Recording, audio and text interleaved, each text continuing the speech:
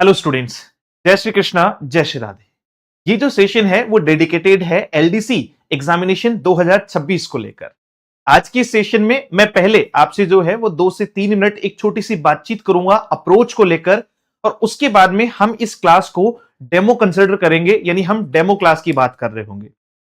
Demo से पहले एक अप्रोच के बारे में बात करना, जो आप पीछे लिखा हुआ देख पा रहे हैं, ये क्यों जरूरी है, आपका क्या माइंडसेट है। एग्जामिनेशन में आज जो है वो 10,600 से ज्यादा पोस्ट जो है वो आरएसएसबी ने कहा है कि इस बार वो देने वाली है। अगर हम इतनी बड़ी संख्या में भी पोस्ट आ रही है और अपनी पोस्ट को कंफर्म नहीं कर पा रहे हैं, इतनी अच्छी तैयारी करने के बावजूद भी, तो कहीं ना कहीं कोई गलती तो हम कर रहे हैं। तो आज इंग्लिश में जो स्टूडेंट्स के लिए अपने आप में एक डिफिकल्ट सब्जेक्ट उन लोगों को लगता है, जैसे यहां बहुत अलग अलग तरीके के बच्चे हमारे सब्जेक्ट में आते हैं। एक वो बच्चा जो खुल के कहता है कि सर देखिए मुझे कुछ नहीं आता, ये मान लीजिए कि मैं खाली घड़ा हूं, जो भरना है आपको भरना है, यानी मैं बेसिक से शुरू करो सर, मुझे तो आप एबीसीडी सिखाओगे तो सीख लूंगा, बट मुझे सिलेक्शन चाहिए। एक वो बच्चा जो बहुत अच्छा नॉलेज लेके बैठा हुआ है, और एक वो बच्चा जिसे लगता है कि उसे आता बहुत कुछ है, लेकिन हर एग्जाम में वो हर 50 में से 30 क्वेश्चन गलत कर देता है, कारण सही अप्रोच का यूज ना कर पाना। तो आज हम बात करेंगे पहले एक अप्रोच की, और उसके बाद में बातचीत चलेगी हमारी डेमो क्लास की। सबसे पहली बात कि सर यहां लैंग्वेज मैंने एक वर्ड लिखा है, और लैंग्वेज लिखने के पीछे का रीजन है कि ये जो 75 क्वेश्चन आप सेकंड पेपर में देखेंगे, हिंदी और इंग्लिश के 75 उनमें आपको लैंग्वेज यानी इंग्लिश के बेसिस पे वोकेबलरी, कॉम्प्रिहेंशन, कंपोजिशन और साथ में जो है वो ग्रामेटिकल पोर्शन मिलता है। तकरीबन 15 से 16 जो है वो टॉपिक दे रखे हैं, जिनके माध्यम से आपको पेपर दिया जाता है। अब इसमें सबसे बड़ा जो क्वेश्चन आता है कि सर हमें दिक्कत कहां आती है, एक्चुअल दिक्कत क्या है, कि हमें कई बार जो है वो क्वेश्चन आते हुए भी हम गलती कर जाते हैं। कई बार हमें लगता है कि ये पढ़ा है, ये होना चाहिए, लेकिन वो नहीं होता। तो बहुत सारे रीजन है, और मेन मेन रीजन आपको समझ में आएगा आज इस क्लास के बाद, अगर आपने पहले से इस टॉपिक को पढ़ भी रखा है। पहली बात तो मैं बहुत बेसिक से शुरू करने वाला हूं, लेकिन कोई भी बच्चा जिसको ये लगता है कि मैंने तो बहुत कुछ पढ़ रखा है, मैंने बहुत अच्छे अच्छे टीचर से पढ़ रखा है, I also respect all the teachers जो पढ़ा रहे हैं, मैं उन सबका सम्मान करता हूं, बट विथ ग्रेटिट्यूड कह रहा हूं कि आपको इस क्लास में बहुत कुछ नया मिलेगा जो जनरली स्किप कर दिया जाता है। आ जाओ फटाफट से। सबसे पहली बात आती है कि सर एक, जब भी हम किसी एग्जाम की तैयारी करते हैं तो हम सिलेबस की बातचीत जरूर करते हैं। सिलेबस डेफिनेटली देखना है। मतलब बच्चे को लगता है कि एग्जाम की तैयारी या एग्जाम तक सिलेक्शन का जो क्राइटेरिया है वो ये है कि वो सिलेबस देख लेगा, प्रीवियस ईयर क्वेश्चन देख लेगा, कंटेंट या स्टडी मटेरियल पढ़ लेगा, और इसके बलबूते वो सिलेक्शन ले आएगा। ठीक है, ये तो उसकी अप्रोच है। बिल्कुल, अप्रोच तो बहुत अच्छी है, जो हम भी बताते हैं और आपको हमेशा सपोर्ट करेंगे कि जो भी एग्जाम आप तैयार कर रहे हैं, सबसे पहले उसका सिलेबस देख लीजिए, क्या पढ़ना है, कौन कौन से टॉपिक्स पढ़ने, ये आपके जहन में जरूर होना चाहिए। सेकंड प्रायोरिटी आती है प्रीवियस ईयर क्वेश्चंस की। इससे पहले जितनी भी बार, चाहे वो 10 साल पहले भी एग्जाम हुई है, तो आप एक पर्टिकुलर जो है वो ईयर वाइज उसका क्या बनाएंगे, ईयर वाइज उसको एक सिस्टमेटिक फॉर्म में बनाएंगे कि हाँ 2018 में ऐसा आया था, क्वेश्चंस का टाइप ये था, फिर 2024 में हुई तो क्वेश्चन का टाइप कुछ इस तरीके से हुआ। तो एक स्टेप बाय स्टेप आगे जो है वो आप आगे बढ़ते जाएंगे। सबसे बड़ा क्वेश्चन आता है स्टूडेंट के सामने कि सर कंटेंट क्या पढ़ना है, स्टडी मटेरियल पढ़ना है, और पढ़ भी लेते हैं, अच्छे अच्छे बेहतरीन टीचर्स भी पढ़ा रहे हैं, बच्चों के पास बुक्स भी अवेलेबल है या बहुत सारे सोर्सेज अवेलेबल हैं, कि सर पढ़ भी लेते हैं, लेकिन गलती कहां होती है ये नहीं समझ में आता। या बेसिक वाले जो बच्चे हैं उनके, मतलब जो शुरुआत कर रहे हैं, जो पहली बार एलडीसी देंगे, वो इस सोच के साथ में परेशान है, इस क्वेश्चन के साथ में परेशान है कि सर एक तो कहां से स्टार्ट करूं और एक क्या स्टार्ट करूं, how to start and what to read, कि मैं स्टार्ट कहां से करूं, कैसे स्टार्ट करूं, और मुझे क्या पढ़ना है स्टार्टिंग में, आप तो वो बता दीजिए, या कैसे पढ़ना है वो बता दीजिए। एक हम आगे, मतलब मैं आपको एक अप्रोच बता रहा हूं जिनको मैं सबको समराइज करूंगा बाद में। एक अप्रोच जो हम लोग यूज करते हैं कि जब भी आप सिलेबस, प्रीवियस ईयर, कंटेंट को फॉलो कर चुके हैं, तो उसके ठीक बाद में उस कंटेंट को स्टार्ट कीजिए कि कैसे पढ़ना है और क्या पढ़ना है। डन, पहले सिलेबस देख लो, फिर प्रीवियस ईयर क्वेश्चन देख लो, उससे अपन को आइडिया होगा कि किस टाइप के क्वेश्चंस आ रहे हैं, किस लेवल तक की मुझे तैयारी करनी है और किस लेवल तक का मुझे पढ़ना है। जिस लेवल का आज क्वेश्चन है उससे कम से कम 3 गुना लेवल जो है वो ऊपर लेकर चलो। फिर बात आती है कहां से और कैसे स्टार्ट करना है। इसमें एक ट्रिपल आर स्ट्रेटजी जो है वो हम लोग यूज करते हैं, मतलब read, repeat and revise. Read, पढ़ो, रिपीट करो और रिवाइज करो, पढ़ो, रिपीट करो एंड रिवाइज करो। ये सबसे बेस्ट तरीका है चीजों को याद करने का, कि रिवीजन समय समय पर आप करते रहें, चीजें ठीक होगी। और प्रैक्टिस जो है वो एक व्यक्ति को परफेक्ट बनाती है, सब जानते हैं। फिर सबसे बड़ी चीज कि सर जब हम कंटेंट या स्टडी मटेरियल पढ़ रहे हैं तो उस टाइम पे हमारा सबसे बड़ा क्वेश्चन जो हमारे माइंड में आना चाहिए, चाहे आपको कोई भी बेहतर से बेहतरीन टीचर पढ़ा रहे हैं, आप खुद किसी बुक से पढ़ रहे हैं, इट डजेंट मैटर, है ना, सबको विद ड्यू रिस्पेक्ट आपके मन में एक क्वेश्चन जरूर आना चाहिए कि क्यों। जब तक आपने अपने आप से ये क्यों का जवाब नहीं माना, मैंने कहा कि भाई इसके साथ में इज लगेगा और आपने मान लिया कि सर ने कहा है तो लगेगा, क्यों? भाई आपके माइंड में वो क्यों अगर क्लियर है कि अच्छा ये है। कोई भी लैंग्वेज जो है वो बिना लॉजिक के नहीं चल सकती। मैं कहीं पर भी ये नहीं कह सकता कि लगेगा ही, है ना, ऐसा ही होता है, हमारे यहां ऐसा ही होता है। तो हमारे यहां ऐसा कुछ नहीं होता है। Everything is systematic, everything is systematic. तो आपको अगर सिलेक्शन चाहिए, आप आज से तैयारी शुरू करो, आज ही के दिन पहला क्वेश्चन करना खुद से क्यों। बस इसको अप्रोच में लेते जाओ, ये क्वेश्चनिंग फॉर्मेट पे आ जाओ। मुझे इन सब में से हटके जो चीज लगती है कि सर ये तो सब कुछ अपन फॉलो करते ही आए हैं, लेकिन सबसे मेन चीज जो हमें फॉलो करनी चाहिए वो है आपका क्यों, क्वेश्चनिंग। ऐसा क्यों हुआ? जैसे इसका एक जीता जागता एग्जाम्पल मैं बच्चों को देना चाहता हूं और उसके बाद में हम डेमो क्लास में चलेंगे। अच्छा, यहां एक हेल्पलाइन नंबर लिखे हुए 74109286 और 96, जिसमें आपको इसकी जरूरत पड़ेगी इस सेशन के सबसे लास्ट में जाने के बाद। जब आप इसको पूरा देख लेंगे तो आपको लगेगा कि सर को मैसेज करना चाहिए, उनके व्हाट्सएप नंबर पे जो है वो बातचीत होनी चाहिए, टीम से कॉल कर सकते हैं, मैसेज कर सकते हैं, बातचीत कर सकते हैं कि सर स्टडी मटेरियल है, आपको जो है वो कुछ बुक्स वगैरह है, या कैसे क्या तैयारी करें, क्या अप्रोच होनी चाहिए, आप हमें क्या हेल्प करेंगे, ये सारी बातें। तो उसके लिए ये नंबर बहुत जरूरी होंगे, ये मैं कॉन्फिडेंस से कह रहा हूं। आ जाओ, देखो मेरे पास में 5 एग्जाम्पल हैं, ये आप ही के लिए लिए हुए हैं। अब आपके लिए एग्जाम्पल लेते टाइम मैंने ये सोचा कि एक स्टूडेंट के नजरिए से मैं इस बात को सोचता हूं। यहां अपन ने क्या किया है, कुछ जगह जो है वो अंडरलाइन किया हुआ है। अब पहले तो जैसे जैसे मैं पूछता जाता हूं, आप अपना जवाब तैयार रखना।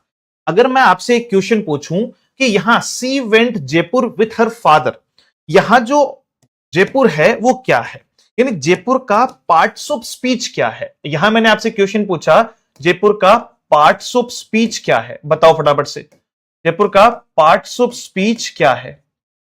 तो बच्चे को क्या लगेगा, आपने अपना जवाब बना लिया, बहुत अच्छी बात है। मे बी आप में से अधिकतर बच्चों ने जो है वो इसका जवाब, अधिकतर, मैं ये नहीं कह रहा हूं सबके सब बच्चों की बात नहीं कर रहा हूं, अधिकतर बच्चे कहेंगे कि सर ये एक नाउन है। डन, देखते हैं बाद में। दूसरा, Radhika as well as her parents are waiting for me. अगर आप देखोगे इस क्वेश्चन को, मैं पूछूं कि भैया क्या आर यहां ठीक है, क्या आर को एक बार ध्यान दो कि आर यहां ठीक है, तो मैक्सिमम स्टूडेंट्स कहेंगे कि सर हर पेरेंट्स, पेरेंट्स तो सर आपका प्लरल है, और नाउन अगर आपका प्लरल है तो वर्ब भी आपकी प्लरल आएगी। इसका मतलब ये कॉन्सेप्ट सही है। पूरी बात को ध्यान से सुनना, ये मैं आपके बारे में कह रहा हूं। जिन बच्चों को नॉलेज है वो हो सकता है इसको ठीक कर दें, लेकिन बाकी बच्चे को लगता है कि ये तो सही है, कोई दिक्कत नहीं है। क्यों? क्योंकि क्यों नहीं आया ना, क्वेश्चनिंग नहीं आई अभी तक। अगर मैं कहूं कि ये इस सेंटेंस में अ टीचर जो है वो इस सेंटेंस में क्या है, तो मैक्सिमम बच्चा कह देगा कि अ टीचर इस सेंटेंस में ऑब्जेक्ट है। और अगर मैं इस पूछ लूं तो जिन बच्चों का बेसिक अभी कमजोर है वो कह देंगे कि ये एक हेल्पिंग वर्ब है। अगर मैं टीचिंग पूछ लूं तो इसका मतलब अधिकतर बच्चे कह देंगे कि सर ये वर्ब की फर्स्ट फॉर्म के साथ में आईएनजी है, यानी आपकी वर्ब है।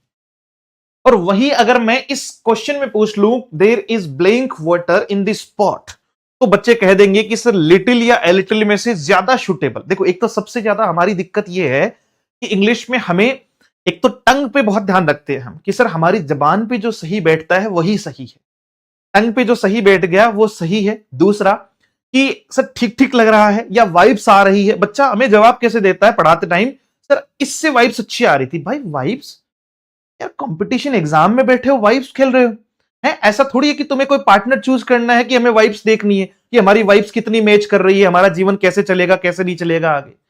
We are not doing that, we are doing a question in a competitive examination that is related to the concept actually. जिसका रिलेशन परफेक्टली कॉन्सेप्ट से है, क्यों से है, क्वेश्चनिंग से है। तो यहां बहुत सारे बच्चे कह देते हैं कि सर इसमें अ लिटिल जो है वो सही हो सकता है। अब ये तो बच्चों ने कहा, अब आपकी बात को मैं ठीक करता चलता हूं और क्यों ये मन में आपके क्वेश्चन होना चाहिए। आ जाओ, सबसे पहला क्वेश्चन, अगर आपको लगता है कि सी वेंट जयपुर, सी वेंट जयपुर में जो जयपुर है वो एक नाउन है, अगर आपका मानना यह है कि सर इसका पार्ट्स ऑफ स्पीच एक नाउन है, तो इसका मतलब आप गलत पढ़ रहे हैं। आपकी अप्रोच गलत है, आपका माइंडसेट गलत है, आपके कॉन्सेप्ट गलत है, आपकी अंडरस्टैंडिंग गलत है, और आपको समझाने का तरीका जो है वो गलत फॉलो किया गया है। आपको सिर्फ एक बात याद करवाई गई है कि किसी भी व्यक्ति, वस्तु, स्थान, जाति के नाम को संज्ञा कहते हैं, उसकी सेकंड अप्रोच नहीं क्लियर की गई है। समझ पा रहे हैं? अगर आप मुझसे कहेंगे कि सर आपका जवाब इसमें क्या होगा, तो मैं कहूंगा एडवर्ब है। अब ये क्यों है, इसके लिए तो आपको पढ़ना होगा।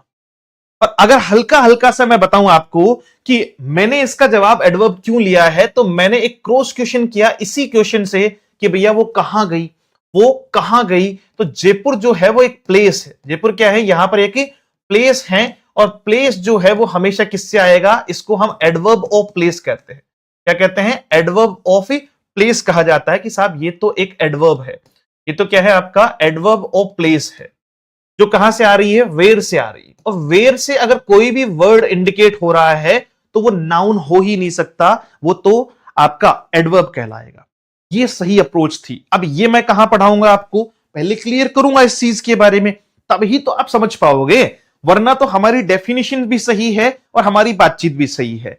मतलब यहां तक कि बच्चा 12वीं पास कर चुका है, कॉलेज कर चुका है, कॉम्पिटिटिव एग्जाम की तैयारी कर रहा है, अच्छी अच्छी एग्जाम दे चुका है, लेकिन मैं उसको कहता हूं, मैंने अभी एक वर्ड बोला डेफिनेशन, उसको कहता हूं कि भाई स्पेलिंग लिख, तो ईमानदारी से बताना कितने लोगों ने इस स्पेलिंग को सही माना है या उनको लगता है कि यह स्पेलिंग सही है। 100 में से 80 लोग इस बात का समर्थन कर देते हैं कि सर ये स्पेलिंग सही है, डेफिनेशन। क्यों? क्योंकि उनका बोलने का तरीका वही है, वो तो डेफिनेशन ही बोलते हैं। अगर आप डेफिनेशन बोलोगे तो स्पेलिंग भी सही ही है, लेकिन वास्तविक जो स्पेलिंग होती है वो डेफिनेशन होती है। ये मतलब ना बताया गया, ना पूछने का प्रयास किया, बस आए, पढ़ा और चले गए, या आए, पढ़ाया और चले गए। क्वेश्चनिंग नहीं हुई, बच्चे को समझने का प्रयास नहीं हुआ कि भाई उसे कितना आता है। I very well know about William Shakespeare, I very well know about the Greek mythology, है ना, मुझे बाइबलिक अप्रोच से लेकर मैंने बहुत कुछ पढ़ रखा है लिटरेचर में। तो इसका मतलब ये थोड़ी है कि मैं 12वीं पास बच्चे को, जो अभी मुझसे बेसिक सीखने आया है, मैं उसको पहले दिन ही कहूं कि आजा भाई तुम्हें सिंथेसिस ऑफ सेंटेंस सिखाता हूं, आजा भाई हम क्लॉज को जो है वो इन डेप्थ में सीखते हैं कि कॉम्प्लेक्स सेंटेंस को कैसे पहचानना है। This is the wrong approach. भाई बात समझ में? तो basic basic, word to word, step to step चलते रहना है। सेकंड क्वेश्चन में बहुत सारे लोगों को लगा था कि सर ये तो सही था, है ना, आपने इसको जो है वो पेरेंट्स के अकॉर्डिंग आर, वास्तविकता में आपका आर जो है वो बच्चे गलत है, ये अप्रोच गलत है, ये गलत कहेंगे हम। इसका जो सेंटेंस है उसका सही जवाब होगा कि सर इसमें वर्ब आएगी राधिका के अकॉर्डिंग। वर्ब किसके अकॉर्डिंग आएगी? राधिका के अकॉर्डिंग आएगी। राधिका आपकी सिंगुलर है, वर्ब भी सिंगुलर आएगी, और यहां क्या लिखा जाएगा? इज लिखा जाएगा। क्या लिखा जाएगा? इज लिखा जाएगा। राधिका, और राधिका को कनेक्ट किया है किससे? एज वेल एज से।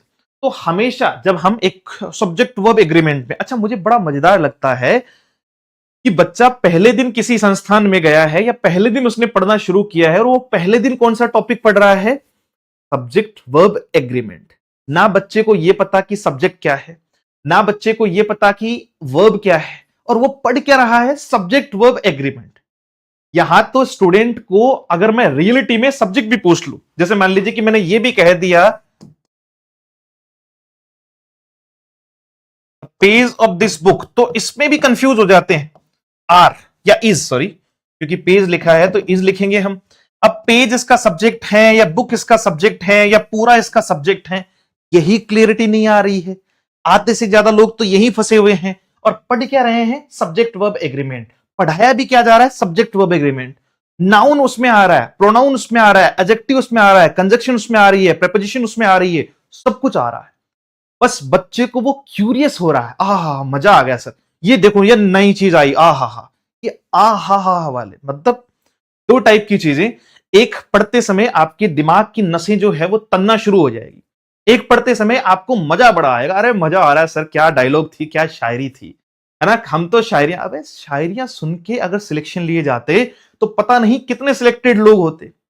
तो सबसे पहली बात कि डेडिकेशन होना चाहिए पढ़ते टाइम। आपको चीजों को एक अप्रोच में लेकर चलना है। जो आप गलतियां कर रहे हो आपके सामने है, मैंने अपनी तरफ से कुछ नहीं किया है, ये वही क्वेश्चन है, ये वही चीजें हैं जो आप करते आए हो, बट क्वेश्चनिंग नहीं है। बार बार एक ही, मेरे पूरे सेशंस में एक ही बात रहेगी, क्वेश्चन कि पूछो तो सही मुझसे क्यों, मैं बताऊंगा तुम्हें क्यों। कारण तो पता होना चाहिए ना कि सर ऐसा हुआ तो क्यों हुआ। आपने यहां जो है वो आपका इज की जगह आपने हेल्पिंग वर्ब की जगह क्यों लिखा मेन वर्ब, क्यों होती है मेन वर्ब। इस तो हमने हेल्पिंग वर्ब पढ़ी है शुरू से ही, is am are was were has have had, ये सब हेल्पिंग वर्ब होती है। आप कोई नए हो क्या सर, आप कहीं विदेश से पढ़ के आए हो क्या, ऑक्सफोर्ड वाले तो नहीं हो जो अलग बता रहे हो हमें, ऐसा कुछ नहीं। आ जाओ फटाफट। सी इज अ टीचर, अगर मैं कहता हूं कि इस सेंटेंस में देख के बताओ तो भाई एक तो क्या इज हेल्पिंग वर्ब है, तो कई लोगों को लगता है कि है, वास्तविकता यह है कि इज हेल्पिंग वर्ब नहीं है, इज आपकी मेन वर्ब है। क्यों है ये आज के टॉपिक में हम बात करेंगे। बहुत सारे स्टूडेंट्स ये भी कह देते हैं कि अ टीचर जो है वो ऑब्जेक्ट है, जिनको नॉलेज है वो कहेंगे कि सर ये एक ऑब्जेक्ट नहीं है, ये एक कॉम्प्लीमेंट है। अब सबसे पहली बात कि जैसे ही मैंने लिखा कॉम्प्लीमेंट, तो बच्चे को ये समझना चाहिए कि what is the difference between a subject and complement. अगर आपको ये नहीं पता कि सब्जेक्ट और कॉम्प्लीमेंट के बीच में डिफरेंस क्या है, तो फिर उसे फुलफिल ही नहीं कर पाएंगे हम। एक क्वेश्चन आपका, teaching is my favourite work, क्या कोई भी वर्ब की फॉर्म, कोई भी वर्ब, सुनना, क्या कोई भी वर्ब जो है वो सेंटेंस को स्टार्ट कर सकती है। अगर आपसे ये पूछा जाए और खासतौर से वर्ब की फर्स्ट फॉर्म के साथ आईएनजी, तो आपको कहना है कि सर यहां तो पॉसिबल नहीं है। हां, वर्ब से सेंटेंस स्टार्ट हो सकता है। जैसे मान लीजिए मैं अगर कहता हूं ओपन द डोर, तो इंपेरेटिव सेंटेंस की जो स्टार्टिंग है वो किससे होती है, वर्ब से होती है, बिना सब्जेक्ट के भी सेंटेंस बनता है। इसमें ये वर्ब हो जाएगी, V1 हो जाएगी और आपका ये ऑब्जेक्ट हो जाएगा। तो मैं एक एक बात को क्लियर करूंगा आपको। तो यहां टीचिंग जिन लोगों ने वर्ब कहा, वो वर्ब ना कह के इसे थोड़ा ठीक कीजिएगा और इसे आप क्या कहेंगे, नाउन कहेंगे। क्या कहेंगे, नाउन कहेंगे कि सर ये नाउन के सेंस में यूज किया जा रहा है, इसलिए इसका एक नाम जिरन दिया जा रहा है। अब देखो गलती कहां है कि सर मेन वर्ब पढ़ लेंगे, हेल्पिंग वर्ब पढ़ लेंगे, सब कुछ पढ़ लेंगे, लेकिन जैसे ही जिरंड की बात आएगी फिर बात पढ़ना बंद कर देंगे, इन्फिनेटिव बंद कर देंगे, पार्टिसिपल बंद कर देंगे, कॉजेटिव वर्ब बंद कर देंगे, आपका जो है वो ये सारी चीजें। अब बेर इन्फिनेटिव नहीं पढ़ना चाहेंगे, क्यों, क्योंकि थोड़ा डिफिकल्ट है। जैसे ही डिफिकल्ट जोन में जाएंगे तो अपने आप में हम पीछे हटने की कोशिश करते हैं कि नहीं नहीं नहीं, अब नहीं सर, बस बस इतना ही। तो फिर वही लोग डिफिकल्ट जोन में जा रहे हैं जो सिलेक्शन के जोन में जा रहे हैं। तो थोड़ा तपाना सीखो ना, और अप्रोच ऐसे बनाओ, समझने का तरीका ऐसा रखो कि चीजें डे टू डे आपका जो है वो लगातार आपके माइंड में क्लियर होती जाए। And last question, there is little or a little water in this pot. बच्चा कहता है कि साहब सर इसमें ए लिटिल लगा दूं। मैंने पूछा क्यों लगा दो, कह रहे सर ये थोड़ा पॉजिटिव सेंस दे रहा है। मुझे बताओ कहां पॉजिटिव सेंस दे रहा है, मुझे क्या पता कि इस वाटर जो पॉट है इसमें वाटर कितना है। हो सकता है इसमें ना के बराबर पानी हो और हो सकता है इसमें बहुत सारा पानी हो। I don't know the exact value, है ना, मुझे नहीं पता एग्जैक्टली कि कितना है, लेकिन उसने अपना हिसाब किताब लगा लिया कि सर ये पॉजिटिव सेंस दे रहा है। हमने पूछा क्यों, तो कह रहा है सर ये नेगेटिव सेंस नहीं दे रहा है, इसका मतलब पॉजिटिव है। वाह वाह वाह वाह वाह। कोई अगर आदमी जो है वो ये कह दे कि भाई मैं चोर नहीं हूं, चोर कभी कहता है कि मैं चोर हूं, अगर चोर कह रहा है कि मैं चोर नहीं हूं तो हम कह रहे हैं ना ना साहब ये खुद कह रहा है ना, देखो ये ईमानदार है। ये कौन सी अप्रोच हुई भाई, आप पता तो लगाओ क्यों, कि भाई क्यों तुम चोर नहीं हो, कारण तो बताओ क्यों तुम चोर नहीं हो। क्या तुम उस जगह नहीं थे, या क्या तुम उस जो है वो एक्ट में इंक्लूडेड नहीं थे, या वहां तुम थे नहीं, वो सारी चीजें। तो वो क्वेश्चनिंग क्यों, ये साथ में लेके चलना, इसको इंग्लिश सीखनी है, इसको साथ में रखना, ये आपका सबसे प्यारा भाई है। तो सर यहां जो जवाब है मेरी तरफ से वो दोनों सही है, लिटिल भी हो सकता है, ए लिटिल भी हो सकता है। अब बच्चे के क्वेश्चन आता है सबसे पहले मन में, जब भी किसी जगह दो ऑप्शन बताते हैं तो वो कहता है सर दोनों आ गए तो, दोनों आ गए तो क्या करेंगे, तो फिर एग्जामिनर उसको गलत मान लेगा। क्यों, क्योंकि वो एग्जामिनर की गलती है। अगर वो हमें नेगेटिव या पॉजिटिव अप्रोच बना के नहीं देता है जनरली, तब तक हम उसमें दोनों ही कंसिडर कर सकते हैं। ये सारे मैं टॉपिक्स में बात करूंगा अलग अलग। इन 5 एग्जाम्पल्स को आपको करवाने के पीछे का रीजन ये था कि हम सोचते क्या हैं और वास्तविकता में होता क्या है। इज इट, तो यहां शायद जो लोग पहले से तैयारी जिन्होंने की है, जिनको अच्छा नॉलेज है, जो ये दावा करते हैं कि इंग्लिश का बहुत अच्छा नॉलेज है, उनको भी कुछ कुछ जगह दिक्कत हुई होगी। तो आ जाओ, उस दिक्कत को खत्म करते हैं, एक नई शुरुआत करते हैं और इस बार राजस्थान में इंग्लिश के लिए एक अलग जो है वो मतलब एक अलग रिकॉर्ड खड़ा करेंगे कि साहब बस खत्म, अब जो है वो बहुत हुआ, अब यहां से एक नई शुरुआत की जाएगी। मैं अजय कुमावत पिछले लगभग जो है वो 2017-18 से लगातार कॉम्पिटिटिव एग्जाम्स में जो है वो अपनी सेवाएं दे रहा हूं और बहुत लंबी जो है वो टीचिंग एक्सपीरियंस के साथ में आप लोगों के सामने हूं। 2023 की चाहे हाईकोर्ट एलडीसी की भर्ती हो, उसके बाद में जूनियर अकाउंटेंट के विद्यार्थी हो या फिर आरएसएम एसएसबी की जो एलडीसी की विद्यार्थी हो, बहुत सारे विद्यार्थियों ने हमारे यहां से सिलेक्शन लिया। काफी समय से कुछ ग्रेड एग्जामिनेशंस में बिजी होने की वजह से जो है वो काम नहीं हो पाया, मतलब आरएसएम एसएसबी एग्जामिनेशन पे, बट लगातार बच्चों का प्रेम और सपोर्ट हमेशा ऐसा ही बना रहा।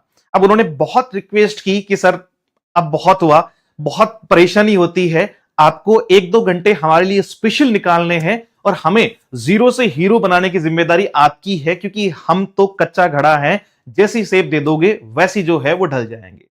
आई प्रॉमिस कि जो 16 टॉपिक हैं, 16-18 जितने भी टॉपिक हैं, चाहे वो एंटोनियम, सिनोनियम, वोकैबुलरी, ग्रामर, ट्रांसफॉर्मेशन, कोई भी टॉपिक हो, डजंट मैटर, आप यूट्यूब उठा के देखिएगा तो आपको बहुत सारा कंटेंट पहले से भी जो है वो इन एग्जामिनेशन से रिलेटेड मिल जाएगा। लेकिन मैं फिर से इस बात को थोड़ा सा और जो है वो बेहतर कर दूं कि इन सारे टॉपिक्स में बेसिक से लेकर एडवांस तक, जहां तक आपकी सोच नहीं जा सकती उससे ऊपर मैं आपको ले जाने का प्रयास करूंगा। आपको हर एक टॉपिक में बहुत कुछ ऐसा मिलेगा जिसमें ऐसा लगेगा कि ये तो मैंने पढ़ा ही नहीं, ये तो मुझे पता ही नहीं, इतना तो मैं जानता ही नहीं। और यही हमारी गलतियां है कि हम एग्जाम को छोटा मान के हल्के स्तर पे चीजों की तैयारी कर लेते हैं। आपको एक ही बार इंग्लिश पढ़नी है, बेसिक से एडवांस तक पढ़नी है, पूरी पढ़नी है, फिर दोबारा जीवन में कभी भी ग्रामेटिकल या इनसे रिलेटेड कोई बातचीत नहीं करनी है। Practice makes a man perfect. अच्छी अच्छी किताबें उठाओ, टॉपिक यहां से पढ़ो और किताबें किसी भी बेहतरीन टीचर की जो है वो उठाओ। अगर आप यहां से पढ़ के वहां की किताबों के क्वेश्चन या प्रीवियस ईयर क्वेश्चंस को लगा पा रहे हैं, इसका मतलब गाड़ी बिल्कुल सही ट्रैक पे है। अगर आप मेरा सेशन देख के मेरे ही क्वेश्चन लगा पा रहे हैं, बाकी किसी के क्वेश्चन में जो है वो फंस जा रहे हैं, तो इसका मतलब गाड़ी गलत ट्रैक पे है। क्यों? क्योंकि आपको एक फिक्स अप्रोच पे पढ़ाया जा रहा है, उसी पर क्वेश्चन देके आपको कहा जा रहा है कि देखो तुम कितने इंटेलिजेंट हो। देखो ये अगर 20 क्वेश्चन तुमने आर्टिकल के कर दिए तो बस तुम मान लेना कि तुम्हें आर्टिकल जो है वो आता है। मैं आर्टिकल के तुम्हें बेसिक 10 क्वेश्चन देके भी 8 गलत करवा दूंगा। क्यों? क्योंकि ये ऐसे टॉपिक है, आर्टिकल है, प्रीपोजिशन है, जिनका कोई तोड़ नहीं है। इनका एकमात्र तोड़ है RRR, read, repeat and revise with practice. बस प्रैक्टिस करते रहो। So let's start the topic, let's start the demo and we are taking the particular topic। थोड़ा अंग्रेजी, थोड़ी हिंदी। भाई मैं राजस्थान से ही हूं, बाहर का नहीं हूं। जयपुर से जो है वो हम पूरे सिस्टम को रन करते हैं, इसलिए हिंदी भी आती है, मन मारवाड़ी भी आवे है और मैं इंग्लिश भी जानता हूं। तीनों ही विषय में जो है वो पारंगत हैं, इसलिए आप तीनों विषय को आराम आराम से जो है वो साथ साथ में मिक्सअप बना के चलेंगे अपन, कि जहां जरूरत पड़ेगी हमें इंग्लिश की वहां हम बात करेंगे इंग्लिश की, जहां जरूरत पड़ेगी हिंदी की वहां हिंदी, और जहां जरूरत पड़ेगी मारवाड़ी की तो वहां मारवाड़ी। अच्छा, टॉपिक यहां से शुरू कर रहे थे हम लोग। चलो भाई, आज का जो टॉपिक है, जो डेमो का मान लो चाहे फर्स्ट टॉपिक मान लो। अब देखो, जब आप क्लास शुरू होगी इसकी तो मैं इससे भी पीछे जाऊंगा। इसमें 2 अप्रोच से पढ़ा जा सकता है, एक नाउन से शुरू किया जा सकता है, एक वर्ब से शुरू किया जा सकता है। हालांकि नाउन से मैं बेसिकली इसलिए शुरू नहीं करवाता हूं, अगर अच्छे एडवांस लेवल के बैच हो तो मैं कहीं से भी शुरू करवा सकता हूं।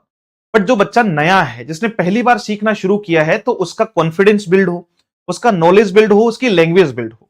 ट्रांसलेशन हो गया, एक आपके क्वेश्चन आता है ट्रांसलेशन का, एक आपके क्वेश्चन आता है ट्रांसफॉर्मेशन का। तो ये सारे थ्योरी बेस्ड क्वेश्चन है और थ्योरी समझने के लिए, मतलब जो है वो राइटिंग पोर्शन को समझने के लिए हमें इस अप्रोच के साथ चलना बेहतर होता है।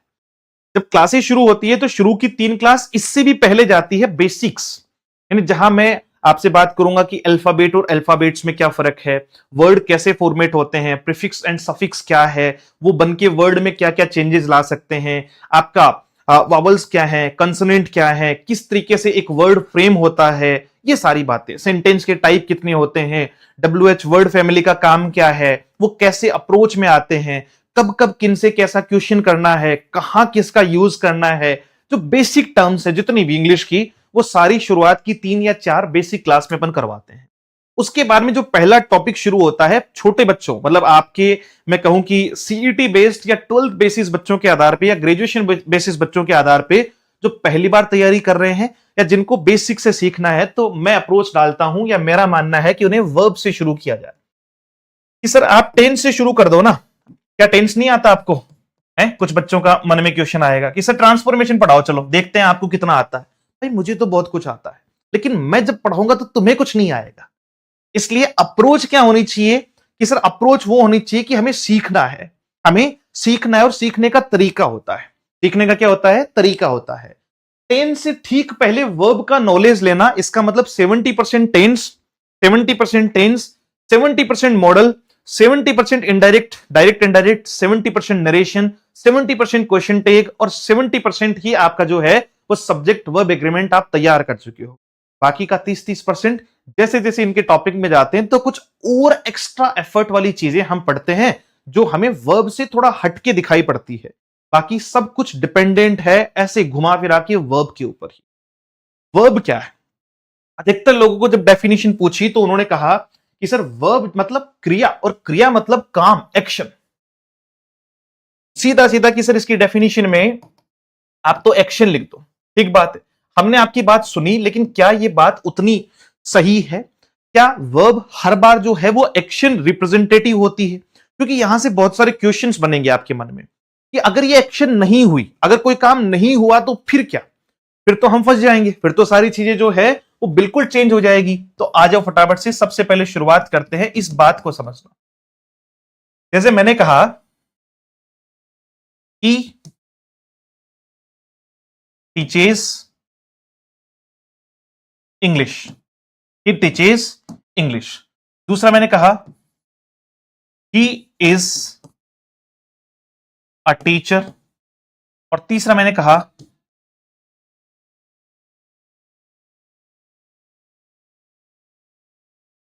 He has a car. अब इन तीनों को बहुत बेसिक सेंस में देखो, आप बहुत बेसिक सेंस में। आपने मुझे कहा था वर्ब पढ़ानी है सर, और मैंने वर्ब पढ़ाना शुरू की तो तीनों का सब्जेक्ट आपका कॉमनली कौन सा लिख दिया? मैंने ही लिख दिया। फिर मैंने सब्जेक्ट के ठीक बाद में हम यूज कर रहे हैं वर्ब का, यहां मैंने लिखा टीचेस जो आपकी वर्ब है, यहां मैंने लिखा इज जो आपकी वर्ब है, और यहां मैंने लिखा आपका हैज जो आपकी वर्ब है। अब अगर मैं आपसे पूछूं कि क्या आपके अकॉर्डिंग मैं तीनों को एक्शन कह दूं, तो अब आपके मन में धीरे धीरे क्वेश्चन आना शुरू हो जाएंगे कि सर मामला गड़बड़ है। कैसे हुआ? कि सर पढ़ाना तो कोई ना कोई काम है। ही टीचेस इंग्लिश, मैं अगर कहूं कि मैं अंग्रेजी पढ़ाता हूं, वो खाता है पीता है, खाना पीना उठना दौड़ना भागना, ये सारी जो है वो एक्शंस है। तो अच्छी बात है, कोई काम कर रहा है, किसी काम की बात हो रही है, तो ये जो है वो रिप्रेजेंटेशन है किसका? एक्शन का। लेकिन सर किसी व्यक्ति का टीचर होना, आपका स्टूडेंट होना, उसका सार्जेंट होना, ये सब कुछ क्या है? सर ये तो काम तो नहीं है। अगर मैं कहता हूं मैं टीचर हूं, तो क्या मैं टीचर हूं ये कोई काम है? मैं टीचिंग करता हूं, मैं पढ़ाता हूं, ये काम है। सर पढ़ाना काम है, टीचिंग काम है आपका, लेकिन मैं टीचर हूं, ये तो एक स्टेट है। ये तो क्या है कि स्टेट है कि भैया देखो मैं खुद ही हूं जो टीचर हूं। मैं मेरे ही बारे में कह रहा हूं कि मैं क्या हूं? टीचर हूं। मैं क्या हूं? टीचर हूं। इसका मतलब क्या हुआ कि सर अगर आप ये कह रहे हो कि आप एक टीचर हैं, तो आप स्टेट को बता रहे हैं। इसको बता रहे हैं, स्टेट को बता रहे हैं। बीइंग जो फॉर्म होती है, क्या होती है? बीइंग, होना। जो जनरली हम कंसिडर करते हैं बीइंग किससे? इज, एम, आर, प्रेजेंट में तो आपका, उसके बाद में वॉज, वर, और फिर आपका जो है वो बीन, जो अपन आगे पढ़ेंगे। तो जनरली मैं क्या कह रहा हूं? जनरली मैं तो ये कह रहा हूं कि मैं खुद एक टीचर हूं। तीसरी बातचीत क्या हुई? He has a car. कि सर ना ही तो एक्शन, किसी के पास कार होना। मैंने कहा कि भैया मेरे पास जो है वो फोन है, तो इसका मतलब क्या हुआ कि सर आप इस फोन पर आपका अधिकार है। अरे भैया हमारा है, आपका थोड़ी है जो आपको दे देंगे। इसका मतलब क्या हुआ कि सर आप फोन की बात कर रहे हैं और ये अधिकार को दिखा रहा है, ना ही तो कोई एक्शन है, ना ही आप, मैं ये थोड़ी कह रहा हूं कि मैं फोन हूं या मैं कार हूं। मैं तो कह रहा हूं मेरे पास फोन है या मेरे पास कार है। It means we are approaching the third formation that is called, ये जो हैज है ना भाई, वो क्या कहलाएगा कि सर इस हैज को आपको कहना है ये ना तो एक्शन है ना स्टेट है, वास्तविकता में ये आपका क्या है, पोजीशन है। ये क्या है आपका, पोजीशन है, अधिकार बताने की बात कर रहा है। तो हैज हैव हैड जो है वो किसको बताएगा, अधिकार को बताएगा। तो इसका ठीक ठीक मतलब ये हुआ कि एक्शन तो अच्छी बात है सर, एक्शन करना तो अच्छी बात है, दूसरा स्टेट, और तीसरा आपका जो है वो पोजीशन का काम भी एक वर्ब कर सकती है। सबसे पहली बात, ठीक है, कि वर्ब एक्शन, स्टेट और पोजीशन तीनों के सेंस में यूज की जा सकती है। और यहीं से आपके मन में जो क्वेश्चन आता है, सर इन दोनों सेंटेंस में क्या फर्क है। अगर मैं कहूं कि क्या इंग्लिश इसका ऑब्जेक्ट है, तो आपको आराम से आप कह सकते हो कि हां सर ऑब्जेक्ट है। क्यों? क्योंकि अगर एक्शन है तो वो ऑब्जेक्ट को ले सकती है, लेकिन अगर एक्शन हुई ही नहीं है, ऑब्जेक्ट क्या होता है, कर्म हिंदी में जिसको कहते हैं, यानी सब्जेक्ट कोई काम करेगा, सब्जेक्ट उसका काम और उसका जो भाव है या जहां वो क्या कर रहा है, अपना प्रभाव डाल रहा है। सब्जेक्ट ही, काम, पढ़ाना, क्या, इंग्लिश, तो वो प्रभाव डालता है। अगर वर्ब है ही नहीं, मतलब एक्शन है ही नहीं, तो फिर वो प्रभाव डालेगा कैसे। इसलिए इन दोनों में डिफरेंस है कि सर इस वर्ब के बाद में तो ऑब्जेक्ट आया है, इस वर्ब के बारे में तो क्या आया है, आपका ऑब्जेक्ट आया है। अब ये सारी बातें मैं धीरे धीरे एक एक टर्म क्लियर करता चलूंगा, लेकिन इस वर्ब के बाद में ऑब्जेक्ट नहीं आया, इस वर्ब के बाद में कॉम्प्लीमेंट आया है। इस वर्ब के बाद में क्या आया है सर, कॉम्प्लीमेंट आया है। डन। तो एक आपका ऑब्जेक्ट और दूसरा आपका कॉम्प्लीमेंट पार्ट चल रहा है। ये हमने वर्ब को बेसिक फॉर्मेशन में समझा है, यानी हमें अभी तो बहुत कुछ डेवलप करना है। अब वर्ब की बात चल ही रही थी हल्की हल्की सी, तो फिर मैंने आपसे और पूछ लिया, एक दो सेंटेंस और लिए और आपसे पूछने का प्रयास किया कि इधर देखो। तो जैसे अभी मैं बिल्कुल बेसिक सेंटेंस लूंगा जो आपको समझा पाऊं, फिर धीरे धीरे हम क्या करते हैं, एडवांस लेवल की तरफ चलते हैं। पहला मैंने कहा आपको, एक मैंने कहा सी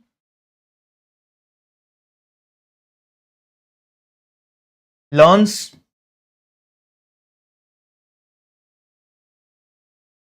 चलो थोड़ा सा और बेहतर कर लेते हैं ताकि आपको इजी, बहुत इजी वे में समझ में आ जाए। जैसे मैंने इतना सिंपल से लिखा, सी इज माई मदर, बहुत बेसिक एग्जाम्पल ले रहा हूं भाई, ध्यान रखना। दूसरा मैंने कहा यू आर माई ब्रदर, ठीक है। और तीसरा मैंने कहा आपका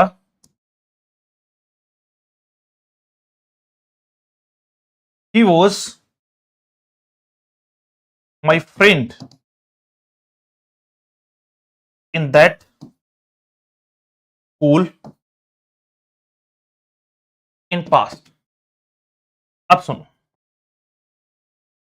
अगर हम इस सेंटेंस को थोड़ा सा एक तरीके से देखें, इन तीनों बातों को, तो मुझे जो देखना है वो इस वर्ब को देखना है, इज, आर और आपका वॉज। ना तो मैं यहां एक्शन बता रहा हूं, ना मैं यहां पोजीशन बता रहा हूं, ना ही मैं आपको स्टेट समझाने के प्रयास कर रहा हूं। मैं जो समझा रहा हूं वो ये है कि आप इन तीनों सेंटेंस को देखो, आपको एक चीज का आइडिया हुआ कि सर सी जब आप लिख रहे थे तो आपने इज लिखा, अच्छा यू जब आपने लिखा तो आपने आर लिखा, ही जब लिखा तो आपने क्या लिखा, वोज लिखा। क्यों? कोई तो रीजन होगा। तो अब बहुत सारे लोग इसका रीजन बताना शुरू करेंगे, वो कहना शुरू करेंगे कि सर एक तो ये रीजन होता है सब्जेक्ट वर्ब एग्रीमेंट, एक तो इसके पीछे रीजन होता है सब्जेक्ट वर्ब एग्रीमेंट। इसको हम लोग कहते हैं कि जैसा सब्जेक्ट वैसी वर्ब, यानी सब्जेक्ट के अकॉर्डिंग वर्ब का यूज किया जाना। अगर सब्जेक्ट आपका सिंगुलर है तो वर्ब भी आपकी सिंगुलर होगी, सब्जेक्ट अगर आपका प्लुरल है तो वर्ब भी आपकी प्लुरल होगी। तो ये तो सब्जेक्ट वर्ब एग्रीमेंट के अकॉर्डिंग हम इस पॉइंट को कह सकते हैं। दूसरा हम एक तरीका कहेंगे कि सर ये वो वर्ब है, ये जो वर्ब आप लिख रहे हो ना, यहां जो इज, आर और वॉज, इज, आर और वॉज, ये वो वर्ब है तीनों की तीनों जो फाइनाइट कैटेगरी की वर्ब है। अब ये बात अलग आपने सुना, क्या सुना आपने, कि सर ये वो वर्ब है जो फाइनाइट कैटेगरी की वर्ब है। अब वर्ब की भी कैटेगरी होती है, एक फाइनाइट और दूसरी नॉन फाइनाइट। फाइनाइट कैटेगरी की वर्ब में जनरली ये देखा जाता है कि वो चेंज हो जाती है, सब्जेक्ट चेंज होगा तो वो वर्ब चेंज हो जाएगी, टेंस चेंज होगा तो वर्ब चेंज हो जाएगी। तो फाइनाइट कैटेगरी की वर्ब ऐसे, मतलब ऐसे ऐसे, समझ रहे हो, कि कभी इधर जाएगी कभी इधर जाएगी, टेंस चेंज हुआ तो वो कहेगी मैं भी चलूंगी तुम्हारे साथ, ठीक है। और आपका जैसे ही सब्जेक्ट चेंज हुआ तो वो कहेगी मैं भी चलूंगी तुम्हारे साथ। इसका मतलब आप उसको फाइनाइट वर्ब को सब्जेक्ट वर्ब एग्रीमेंट के अकॉर्डिंग चलाते हो। अब देखो कितने लूप होल हैं, आप सोच के देखो, आपको जो सब्जेक्ट वर्ब एग्रीमेंट पढ़ाया जाता है उसका बेसिस सिर्फ फाइनाइट वर्ब है, नॉन फाइनाइट तो है ही नहीं। अब दूसरा यह है कि सर सेकंड पोर्शन आपका आता है कि नॉन फाइनाइट आप जिसे वर्ब कह रहे हो वो क्या है।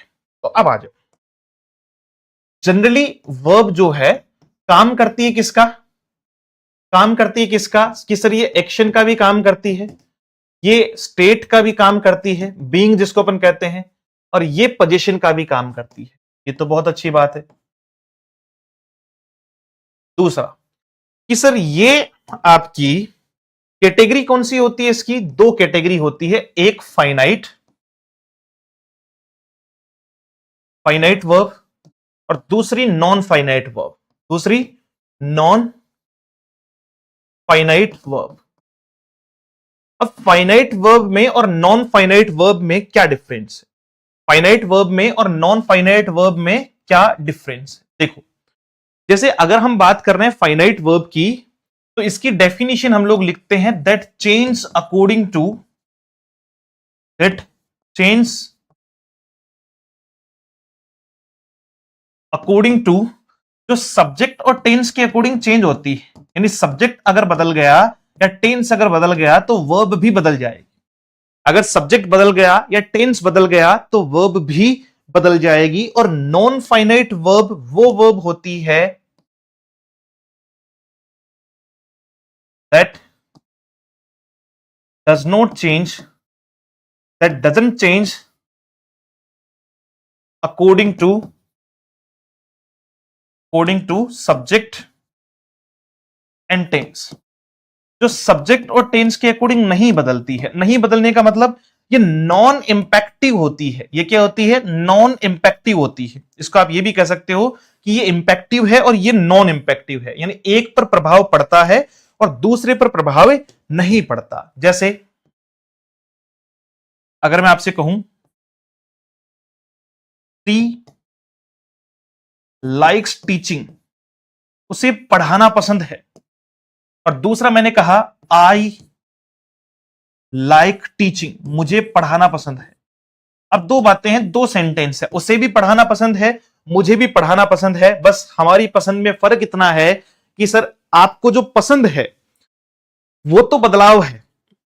देखो मुझे पसंद है, तुम्हें पसंद है, उसे पसंद है, उसे पसंद है, इसका मतलब लाइक जो है वो फाइनाइट वर्ब हुई जो अकॉर्डिंग टू सब्जेक्ट या टेंस चेंज हो रही है। लेकिन पढ़ाना तो क्या हुआ सर, एक एक्शन हुआ। मतलब किस टाइप का, कि सर ये तो नाउन है, काम है, पढ़ाना क्या है, काम है, ये तो ऑब्जेक्ट है, तो इस पर कोई इंपैक्ट नहीं पड़ता है। यानी थोड़ा सा अगर आप इस बात को समझोगे तो यहां लाइक्स जो है, देखो सी के अकॉर्डिंग यानी सब्जेक्ट जैसा वैसी वर्ब, सब्जेक्ट जैसा वैसी वर्ब। तो ये जो लाइक है बच्चे, वो तो आपकी क्या होती है, लाइक तो आपकी होती है फाइनाइट जो चेंज हो रही है। और आपका टीचिंग जो दोनों में सेम है, वो वर्ब आपकी कौन सी हुई, टीचिंग जो है वो आपकी क्या कहलाएगी, नॉन फाइनाइट। टीचिंग आपकी कौन सी कहलाएगी, नॉन फाइनाइट वर्ब जो है वो कहलाएगी, नॉन फाइनाइट वर्ब जो है वो कहलाएगी। Is it. अब ये नॉन फाइनाइट वर्ब जिसे हम कह रहे हैं, यही वास्तविकता में इंग्लिश में एडवांस वर्ब कही जाती है। क्या कही जाती है, एडवांस वर्ब कही जाती है। यानी वर्ब का वो एडवांस प्रारूप जिसमें वर्ब अपने जमर को छोड़ के दूसरे में घुस जाती है। यहां अगर आप में से मैं पूछ लूं, बताना देखिए मुझे कि क्या टीचिंग यहां पर वर्ब है, क्या टीचिंग यहां पर वर्ब है, तो आप कहोगे नहीं सर, उसे क्या पसंद है, टीचिंग, मुझे क्या पसंद है, टीचिंग। तो इसका मतलब टीचिंग यहां दोनों ही जगह जो है वो क्या है, आपका ऑब्जेक्ट है। और किसी भी सेंटेंस का कोई भी वर्ड अगर सब्जेक्ट या ऑब्जेक्ट बन रहा है, इसका मतलब शर्त सिंपल है, याद रखना कि या तो वो उस सेंटेंस में नाउन का काम करेगा या उस सेंटेंस में प्रोनाउन हो सकता है।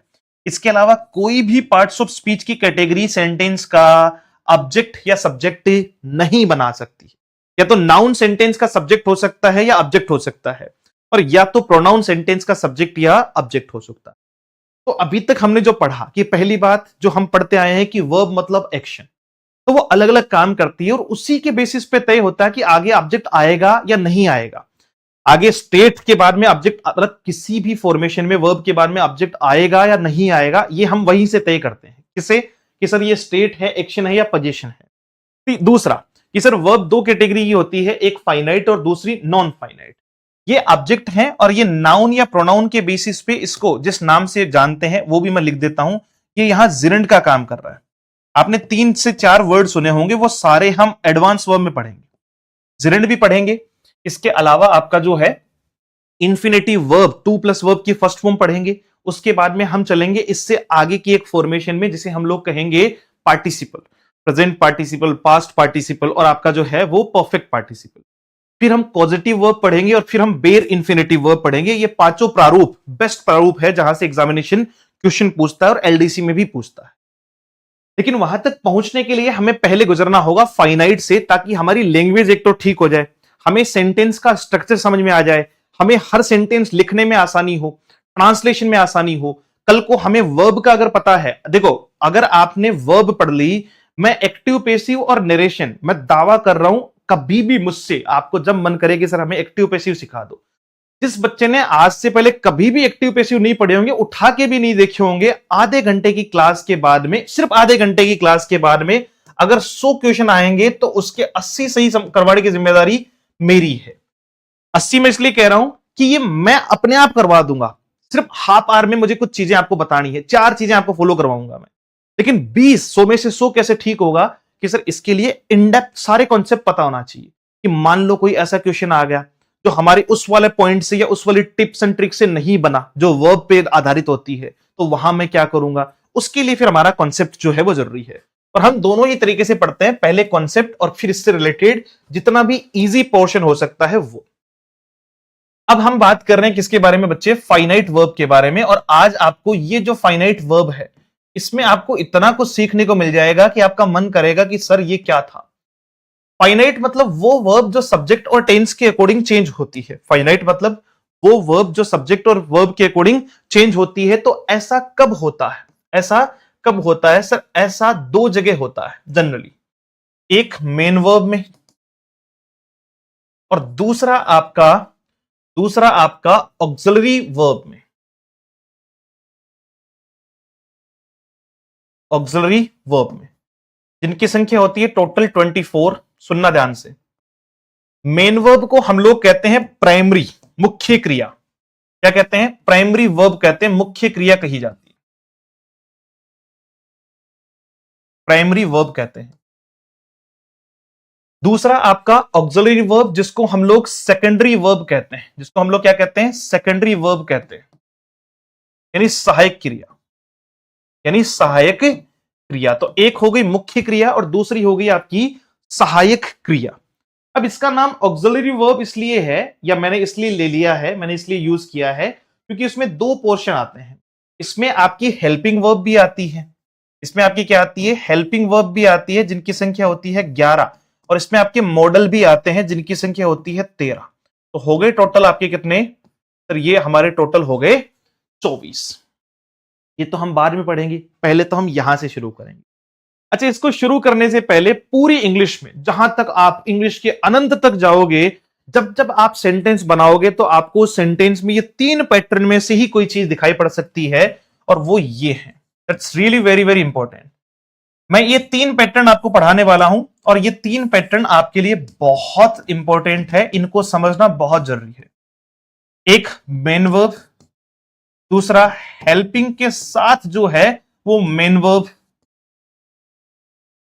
और तीसरा आपका helping verb is equals to main verb. ये 3 बातें याद रखो, ये 3 बातें याद रखो। कौन सी? कि सर अगर मुझे कोई सेंटेंस बनाना हो, आपसे मान लो कोई पूछ ले कि आपको सेंटेंस बनाने के लिए क्या चाहिए, तो आप उसको कह सकते हो कि सेंटेंस के लिए मेन वर्ब। अच्छा, ज्यादा कंपलसरी क्या है? मुख्य क्रिया ज्यादा कंपलसरी है, सेकेंडरी तो आए ना आए, हेल्पिंग तो हेल्प तो कोई करे ना करे, हम तो हैं, अरे हमने तो काम करना है। इसका मतलब किसी भी सेंटेंस को अगर मेन वर्ब है हमारे पास तो मेन वर्ब से सेंटेंस बनाया जा सकता है, इसमें कभी कोई गलती नहीं होगी। सेंटेंस को मेन वर्ब से बनाया जा सकता है, लेकिन दूसरी शर्त यह है कि अगर आपने सेंटेंस में हेल्पिंग वर्ब यूज कर ली, या तो मेन वर्ब से अकेली से बना लो। अगर आपने सेंटेंस में हेल्पिंग वर्ब यूज कर ली तो अब आपके लिए ये कंपलसरी हो जाएगा कि आपको साथ में किसका यूज करना है, मेन वर्ब का भी यूज करना है। ये अलग नहीं जा सकती है। हेल्पिंग वर्ब के साथ मेन वर्ब रहेगी ही रहेगी। अगर हेल्पिंग वर्ब कहीं अकेले दिख गई, अगर हेल्पिंग वर्ब आपको लगता है कि वो हेल्पिंग वर्ब है, अगर वो कहीं अकेली दिख गई तो इसका मतलब वो हेल्पिंग वर्ब नहीं है, वो वास्तविकता में मेन वर्ब है। अगर आपको कभी एग्जाम में क्वेश्चन पूछ ले कि इसका पार्ट्स ऑफ स्पीच बताओ, तो आपको कहना है कि सर ये तो मेन वर्ब है, ये तो क्या है आपका मेन वर्ब है। जैसे तीन सेंटेंस से आपको ये बात समझनी है। मैंने कह दिया आपको mister Kumawat teaches English. Mister Kumawat जो है वो इंग्लिश पढ़ाते हैं, ठीक बात है। अच्छा, दूसरा मैंने कह दिया mister Kumawat is teaching us. किसे पढ़ा रहे हैं जी, हमें पढ़ा रहे हैं। तीसरा मैंने कह दिया आपको mister Kumawat is a teacher. Mister Kumawat क्या है साहब, एक अध्यापक है। अब देखो, अब इन तीनों बातों को सही ढंग से देखो। अगर आप पहले सेंटेंस की बात करोगे, दूसरे की या तीसरे की, तो तीनों में एक कॉमन बात कि तीनों का सब्जेक्ट जो है वो कौन है, मिस्टर कुमावत जो है वो सब्जेक्ट है। ये तो हो गया सेंटेंस का सब्जेक्ट। अब सब्जेक्ट के बाद में यहां देखो, यहां टीचेस पढ़ाना, दो बातें यहां से याद आनी चाहिए आपको कि सर पहली ये फाइनाइट है, मेन वर्ब है, और दूसरी बात ये एक्शन है, पढ़ाना काम होता है। तो अगर मैं कह रहा हूं कि यहां सिर्फ सेंटेंस देखो किससे बना दिया मैंने, मेन वर्ब से बना दिया, क्या मुझे इस सेंटेंस में कहीं हेल्पिंग वर्ब की जरूरत पड़ी? तो आपने कहा नहीं सर, सेंटेंस तो मेन वर्ब से बन जाएगा। सेकंड देखो, अगर मैंने मिस्टर कुमावत के बाद में इज देखा, तो इज मतलब मैं इसको हेल्पिंग वर्ब अगर कंसिडर करता हूं तो हेल्पिंग वर्ब के साथ मुझे मेन वर्ब भी चाहिए, और इज एम आर वॉज के साथ मेन वर्ब की फोर्थ फॉर्म आती है, यानी आईएनजी का यूज किया जाएगा। किसका यूज किया जाएगा? आईएनजी का यूज किया जाएगा। तो इसका मतलब ये भी बिल्कुल ठीक है। तो सेकंड पोर्शन क्या हुआ कि अगर हेल्पिंग वर्ब आई, अगर हेल्पिंग वर्ब आई तो ये कंपलसरी है कि उसके साथ मेन वर्ब की कोई ना कोई फॉर्म आएगी। उसकी अगली बातचीत क्या है कि सर यहां देखो, mister Kumawat is a teacher. अब यहां पर इज था और यहां पर इज था। ऊपर वाले इज को तो हमने हेल्पिंग वर्ब कहा क्योंकि उसके साथ में मेन वर्ब थी, लेकिन नीचे वाले इज के बाद में कोई मेन वर्ब नहीं है। और मैंने क्या कहा कि अगर आपको कहीं हेल्पिंग वर्ब अकेली दिखाई पड़ जाए, तो आपको लगता है कि हेल्पिंग वर्ब है, लेकिन अगर वो कहीं अकेली दिखाई पड़ जाए, इसका मतलब वो हेल्पिंग वर्ब नहीं है। वो खुद क्या कहलाएगी? मेन वर्ब कहलाएगी। बताओ बच्चे, क्या कहलाएगी? मेन वर्ब कहलाएगी। तो यहां इज मेन वर्ब है, यहां इज हेल्पिंग वर्ब है, और यहां टीचेज मेन वर्ब है। आ रही बात समझ में? तो पूरा इंग्लिश का स्ट्रक्चर, यानी सेंटेंस का स्ट्रक्चर इन तीन बातों पर डिपेंड करेगा कि सर या तो वो मेन वर्ब से बन जाएगा, या वो helping verb plus main verb से बन जाएगा, और या फिर हेल्पिंग वर्ब खुद मेन वर्ब बन जाएगी। ठीक है, लेकिन तीनों में कॉमन बात क्या है? Main verb, main verb, main verb. इसका मतलब दबदबा किसका है? मेन वर्ब का। हेल्पिंग हेल्प हो ना हो, हम तो रहेंगे। मतलब हेल्पिंग वर्ब आए ना आए, मेन वर्ब सेंटेंस में आएगी ही आएगी। मेन वर्ब सेंटेंस में आएगी ही आएगी। अब यहां हमने दो बातें की ना कि सर फाइनाइट में आपने मेन वर्ब कहा और ऑक्सिलरी वर्ब कहा। मेन वर्ब के आपने एस्पेक्ट बता दिए। अब आप हमें यह भी बता दो कि मेन वर्ब होती क्या है, पूरा इन डेप्थ। तो देखो जी, मेन वर्ब मतलब मुख्य क्रिया। ये सेंटेंस को बना सकती है, बोलो हां कि ना।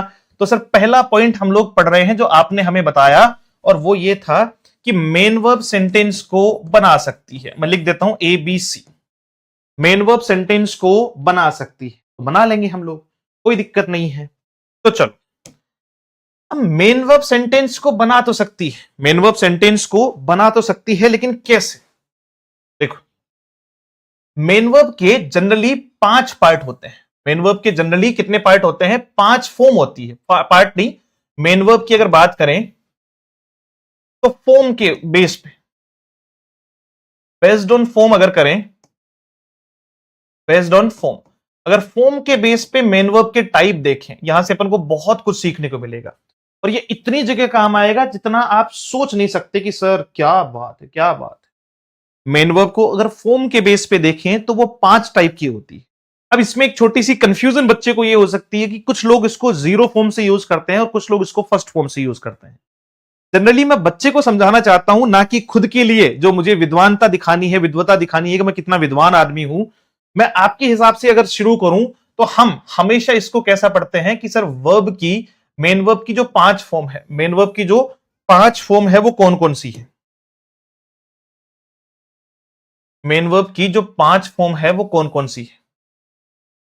तो इसको हम इजीली कंसिडर करेंगे कि सर ये होती है, एक तो मेन वर्ब की फर्स्ट फॉर्म V1 है ना, और उसके बाद में मेन वर्ब की सेकंड फॉर्म, मेन वर्ब की सेकंड फॉर्म, मेन वर्ब की थर्ड फॉर्म, मेन वर्ब की फोर्थ फॉर्म, मेन वर्ब की फिफ्थ फॉर्म। ये 5 तो फॉर्म का टाइप हो गया, फोर्थ और फिफ्थ,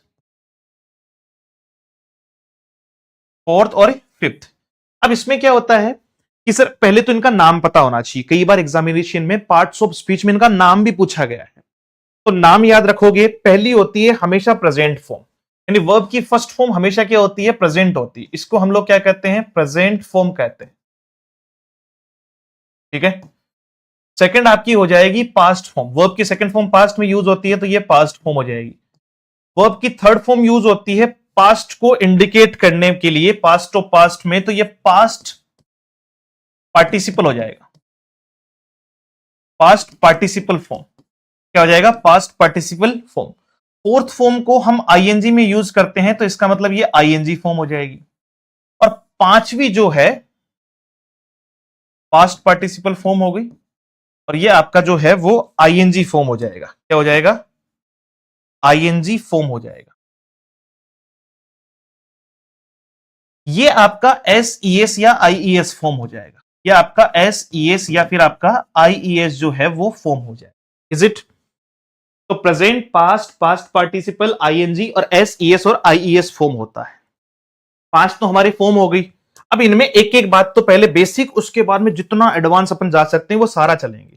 मैंने आपको याद दिलाऊं, मैं बार बार आपको याद दिला रहा हूं कि सर आपको याद रखना है भाई क्या, कि सर आपने बताया था कि मेन वर्ब से सेंटेंस बन सकता है, तो बनाना भी तो पड़ेगा। चेक भी तो करेंगे कि सर कब बनता है कब नहीं बनता है। अब सुनो, 5 फॉर्म का मतलब कि वर्ब जो है वो अपने 5 फॉर्मेट पे काम करता है। जैसे वर्ब की फर्स्ट फॉर्म गो होती है, तो सेकंड फॉर्म क्या हो जाएगी? वेंट हो जाएगी। थर्ड फॉर्म क्या हो जाएगी? गोन हो जाएगी। फोर्थ फॉर्म क्या हो जाएगी? आपका गोइंग हो जाएगी। फिफ्थ आपका क्या हो जाएगा? गोज हो जाएगा। यही तो होगा। इसी तरीके से मान लो कोई और वर्ब ले ली हमने, जैसे प्ले, हमने एक वर्ब ले ली, प्ले फर्स्ट फॉर्म है, सेकंड फॉर्म आपका हो जाएगा प्लेड, थर्ड फॉर्म आपकी हो जाएगी प्लेड, फोर्थ फॉर्म आपका हो जाएगा क्या? प्लेइंग, पांचवी फॉर्म आपकी हो जाएगी बच्चे प्लेड के बाद में आपका प्लेज, एसईएस और आईईएस फॉर्म। पांचवी फॉर्म में हमें क्या लगाना है? एसईएस या आईईएस लगाना है। ठीक वैसे ही आपका fly first form, second form आपका फ्लू, थर्ड फॉर्म आपका फ्लोन, फ्लाई, फ्लू और फ्लोन, फोर्थ फॉर्म आपका हो जाएगा फ्लाइंग, और पांचवी फॉर्म आपकी हो जाएगी फ्लाइज, FLIES। पहले तो सबके नाम, सबके जो है वो तरीके, तौर तरीके सब कुछ याद रख लेंगे हम लोग, डोंट वरी। जैसे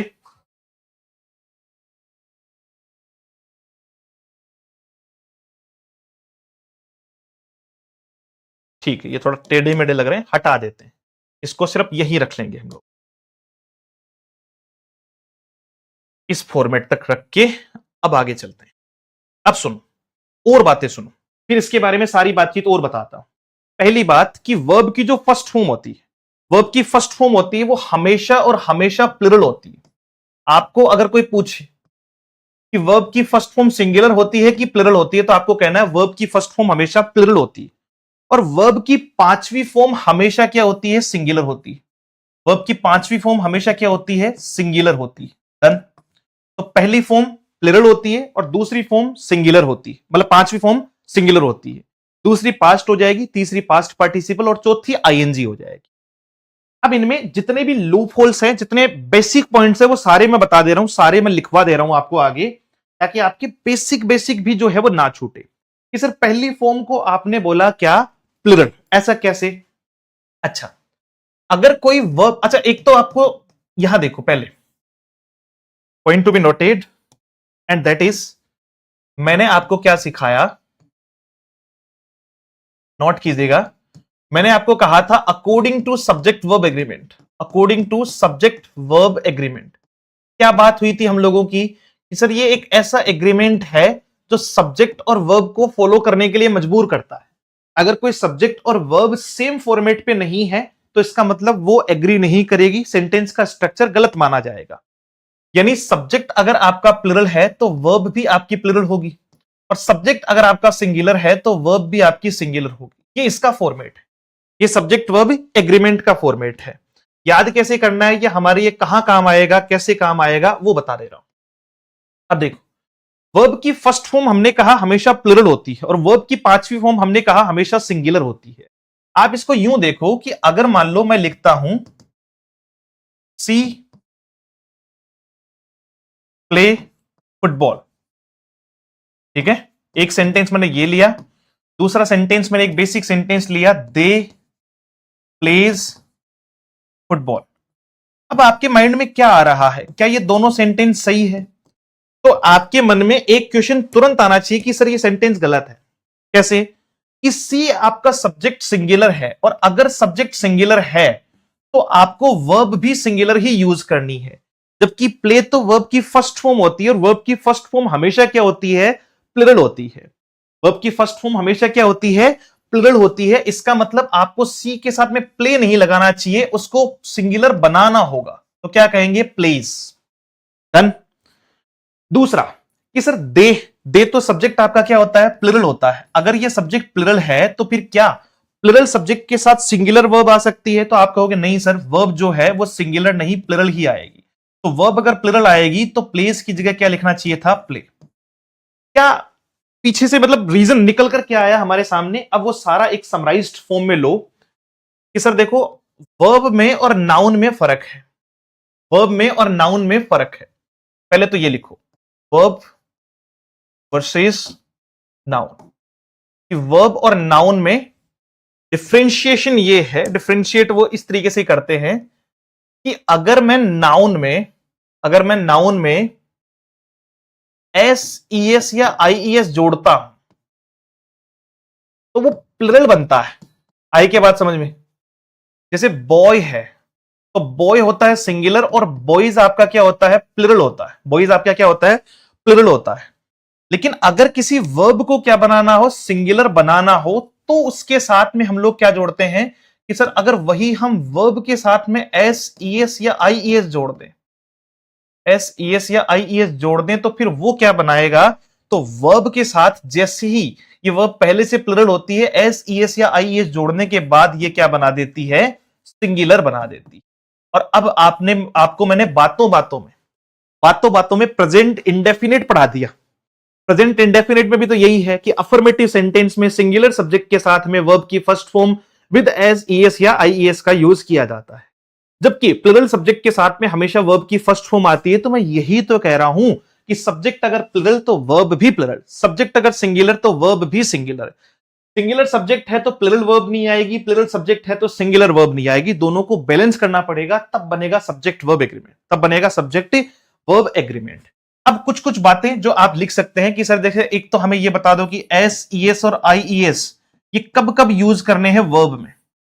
तो सबको पता है वैसे, फिर भी मैं बता देता हूं कि ई एस का यूज तो हम कब करते हैं, ई एस का यूज तो हम करते हैं जब वर्ब के लास्ट में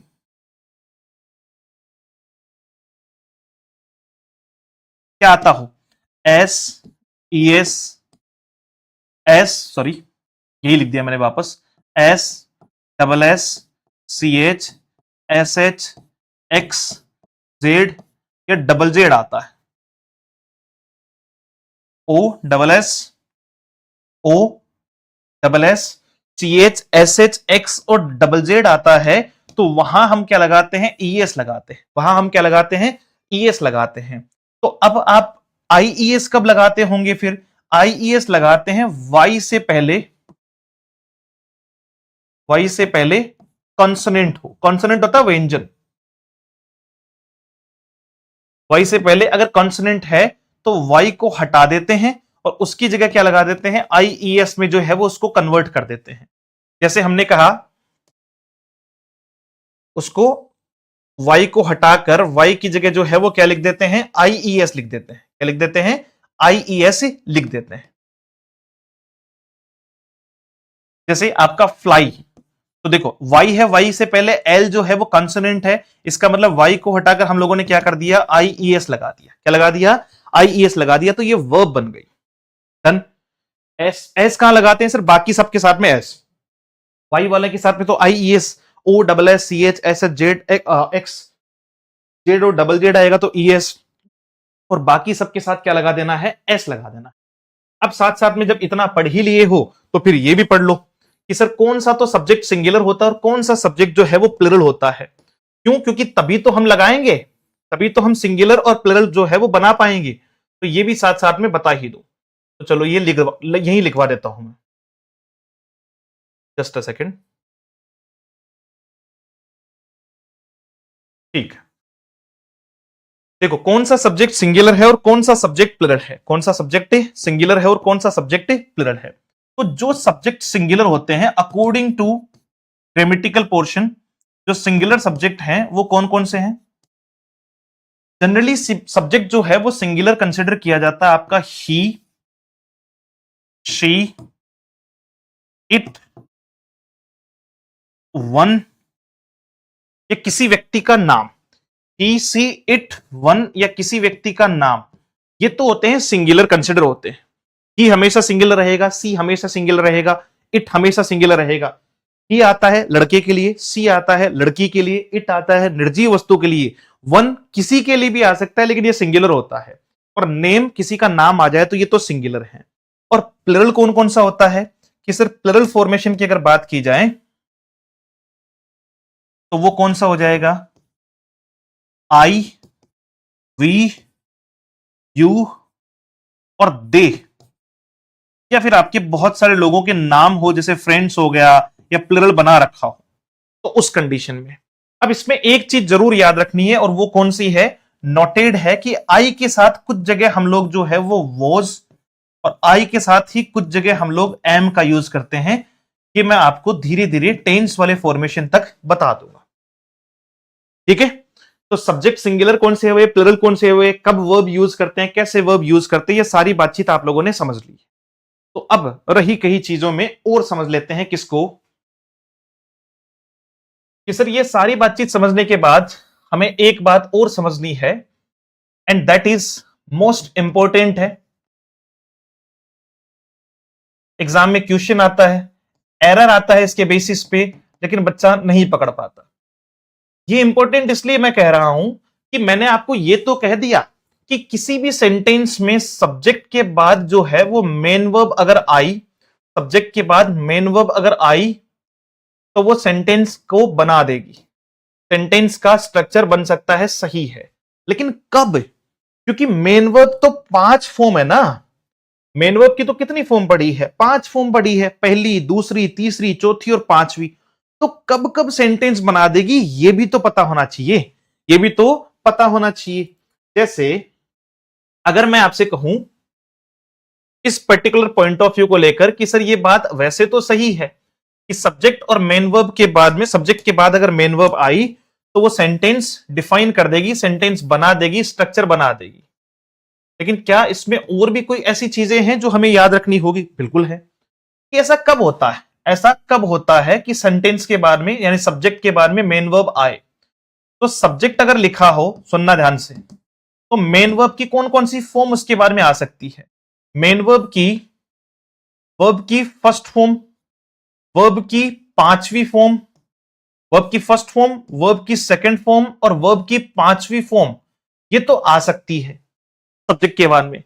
लेकिन वर्ब की तीसरी और वर्ब की चौथी फॉर्म सीधे सब्जेक्ट के बाद में कभी भी नहीं आ सकती, इसका एरर आता है। ठीक है, मतलब एरर मान लो, या क्वेश्चन में एरर भी पूछा जाता है। अब सबको पता है कैसे, क्यों और कब। कि सर देखो सब्जेक्ट के बाद वर्ब की फर्स्ट फॉर्म आ सकती है, कब, वर्ब की फर्स्ट फॉर्म होती है प्लुरल, वर्ब की फर्स्ट फॉर्म क्या होती है, प्लुरल होती है। थोड़ा नीचे ले लेता हूं ताकि चीजें और अच्छे से मैं आपको समझा पाऊं। यहां डाल देते हैं। वर्ब की जो फर्स्ट फॉर्म है वो तो होती है प्लरल। इसका मतलब अगर सब्जेक्ट आपका प्लरल हुआ तो मैं आ जाऊंगी भैया। वर्ब की सेकंड फॉर्म पर सब्जेक्ट या उसका कोई प्रभाव नहीं पड़ता, क्योंकि वर्ब की सेकंड फॉर्म सिंगुलर के साथ भी आ सकती है और प्लरल के साथ भी आ सकती है। लेकिन इस बात का प्रभाव जरूर पड़ता है, इस बात का प्रभाव जो है वो जरूर पड़ता है, और वो क्या है कि सर पास्ट टेंस में इसका यूज करते हैं। इसमें यूज करते हैं पास्ट टेंस में। पास्ट इंडेफिनिट ही लिख लो सीधा सीधा वाले। पास्ट इंडेफिनिट में सब्जेक्ट चाहे सिंगुलर हो, सब्जेक्ट आपका singular plus plural, singular plus plural दोनों में इसका यूज कर सकते हैं, दोनों में इसका यूज कर सकते हैं। वर्ब की पांचवी फॉर्म कब आती है? जब सर आपका सब्जेक्ट कैसा हो? सिंगुलर हो। सब्जेक्ट कैसा हो? सिंगुलर सब्जेक्ट है तो वर्ब की पांचवी फॉर्म भी आ सकती है, लेकिन तीसरी और चौथी फॉर्म नहीं आ सकती। जैसे मैं आपको एग्जांपल देता हूं, आपको आसानी होगी समझने में। अगर मैं आपको ये कहूं, अगर मैं आपको ये कहूं सी, बस छोटे छोटे एग्जांपल ले रहा हूं, she goes, they, she goes to play, चलो पूरा कर देता हूं इसको, they go to play,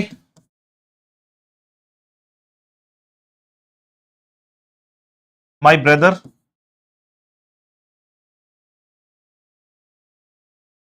went to play. ये तो सब ठीक है, लेकिन क्या ही गोन टू प्ले और ही गोइंग टू प्ले, अगर आप स्पोकन है यानी इंग्लिश बोलते हैं तो आप इंग्लिश को तोड़ मरोड़ भी सकते हैं, उसमें ग्रामेटिकल सेंस नहीं देखा जाता। जैसे अगर आप कह दोगे ही गोइंग या आई गोइंग देयर, तो सामने वाला समझ जाएगा, क्योंकि स्पोकन में भावनाएं समझानी होती है कि मैं वहां जा रहा हूं। लेकिन ग्रामर में आपने अगर एस ई एस भी हटा दिया तो सेंटेंस का स्ट्रक्चर गलत मान लिया जाता है। फर्क क्या है इसमें कि सर देखो, सी के बाद में गोज आ सकता है, क्योंकि सब्जेक्ट अगर आपका सिंगुलर है तो वर्ब भी सिंगुलर होगी, वर्ब की पांचवी फॉर्म सेंटेंस बिल्कुल सही। दे सब्जेक्ट आपका प्लरल है, वर्ब भी आपकी प्लरल होगी, यानी वर्ब की पहली फॉर्म हमेशा प्लरल होती है, सब्जेक्ट आप सेंटेंस आपका सही। माई ब्रदर, ब्रदर आपका सिंगुलर है और वर्ब आपकी जो है वो सेकंड फॉर्म है। हालांकि अगर वर्ब की सेकंड फॉर्म आ रही है तो वो सिंगुलर और प्लरल दोनों के साथ आ सकती है, लेकिन पास्ट टेंस में इसका यूज किया जाता है, तो ये भी सही है। इसका मतलब वर्ब की पहली फॉर्म भी आ सकती है, दूसरी भी आ सकती है, पांचवी भी आ सकती है। लेकिन क्या आपने कभी कहा है ही गोन? नहीं सर, हम हैज हैव हैड के साथ तो फिर भी यूज करते हैं, बट ही गोन कहना तो गलत लग रहा है, तो गलत ही है, लग कहां रहा है। तो इसका मतलब क्या हुआ कि सर ये सेंटेंस गलत है, ही के बाद में सीधा गोन नहीं आएगा और ना ही के बाद सीधा गोइंग आ सकता है। तो इसका मतलब किसी भी सेंटेंस में अगर आप मेन वर्ब से सेंटेंस बना रहे हो तो मेन वर्ब के तीन ही फॉर्मेट ऐसे हैं जिनको आप वर्ब में यूज कर सकते हैं, मेन वर्ब के सेंस में यूज कर सकते हैं। कहां? अगर वो मेन वर्ब का ही सेंटेंस हो तो। अगर हेल्पिंग वर्ब के बाद मेन वर्ब आई, सुनो, ये तो मैंने कब कहा कि सब फॉर्मेट ये हो, ये फॉर्मेट है तो कोई दिक्कत, मतलब यही वाली चीज रहेगी, ये फॉर्मेट है तो यही वाली चीज रहेगी कि सब्जेक्ट के बाद वर्ब की फर्स्ट, सेकंड, थर्ड, फोर्थ और फिफ्थ में से थर्ड और फोर्थ नहीं आएगी। लेकिन अगर मान लो मैं इस पैटर्न को चेंज कर लूं, देखो दूसरा पैटर्न ले रहा हूं मैं, दूसरा पैटर्न मेरा ये है कि सर मैं सब्जेक्ट भी ले रहा हूं, उसके बाद मैं सेंटेंस में हेल्पिंग वर्ब लगा रहा हूं और फिर मैं मेन वर्ब लगा रहा हूं, क्योंकि हेल्पिंग वर्ब अपने साथ में क्या लेकर चलेगी? मेन वर्ब लेकर चलेगी, ये मैंने पहले ही बता दिया था। तो क्या अब ये दिक्कत हमें फेस करनी पड़ेगी?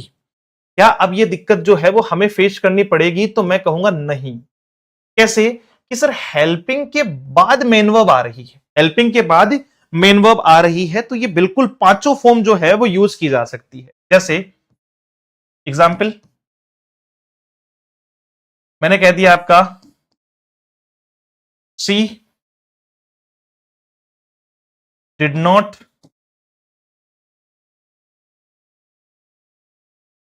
गिव मी एनीथिंग, ध्यान रखना है ना। फिर दूसरा मैंने कह दिया आपको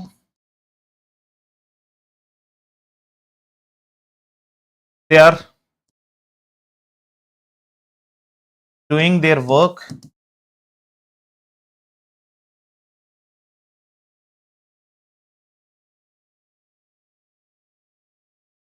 वी वेंट देयर। अच्छा एक बार रुको, है ना, इसको बाद में ले लेते हैं, पहले मैं आपको एक और क्लियरिटी देता हूं। मतलब ये सोचो आप क्या क्या क्या सोच रहे हो, कहां खेल रहे हो, क्या क्या पढ़ना है, कैसे कैसे पढ़ना है सुनो। वी, इसके ठीक बाद में हमने एक ले लिया सी हैज या he has just gone outside. अब ये सब क्या है? अब मैं 3 ही सेंटेंस लिए मैंने, जबकि वर्ब तो 5 थी, तो मैं 3 ही क्यों ले पा रहा हूं? मैं तो 3 ही सेंटेंस ले पा रहा हूं, मैं 5 सेंटेंस ले नहीं पा रहा हूं। क्यों नहीं ले पा रहा हूं? इसका भी एक मेरे पास में लॉजिकल जो है वो रीजन है। और वो लॉजिकल रीजन क्या है? सुनो कि सर ये सही है, कोई दिक्कत नहीं है कि आपका डिड जो है वो क्या हो जाएगा, डिड यहां हेल्पिंग वर्ब हो जाएगा, सी के बाद में सी आपका सब्जेक्ट, डिड आपका हेल्पिंग वर्ब, उसके बाद में नेगेटिव, और डू डज डिड के साथ वर्ब की कौन सी फॉर्म? First form. डन। अच्छा जी, दे आर, तो आर आपकी हेल्पिंग वर्ब हो जाएगी, और डूइंग आपका क्या हो जाएगा? मेन वर्ब की कौन सी फॉर्म हो जाएगी? Fourth form. बिल्कुल ठीक है, आईएनजी फॉर्म हो गई। अच्छा, ही हैज आपका helping verb, has have had, तो मेन वर्ब की कौन सी फॉर्म हो जाएगी? Third form. लेकिन मैं क्या यूज नहीं कर पा रहा हूं? अगर हेल्पिंग वर्ब आई, अब लिखो इस बात को कि सर सेकंड सेगमेंट में जब आप कह रहे थे कि सर इसमें तो कोई दिक्कत नहीं है, तो दिक्कत तो इसमें भी है, बस वो आपको पता नहीं है। और वो दिक्कत क्या है कि सर इस सेकंड फॉर्मेट में, अकॉर्डिंग टू दिस फॉर्मेट और according to this particular point,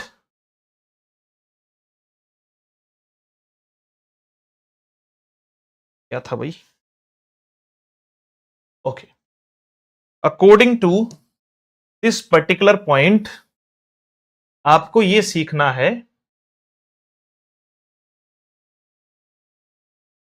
कि आप जब सब्जेक्ट का यूज करेंगे, आप सब्जेक्ट के बाद में जब हेल्पिंग वर्ब का यूज करेंगे, तो उसके बाद में मेन वर्ब की, उसके बाद में मेन वर्ब की कौन कौन सी फॉर्म? सर मेन वर्ब की फर्स्ट, वर्ब की फोर्थ, और वर्ब की थर्ड, और वर्ब की फोर्थ फॉर्म तो आ सकती है, लेकिन क्या नहीं आ सकता? वर्ब की सेकंड और वर्ब की पांचवी फॉर्म का यूज कभी भी नहीं किया जा सकता।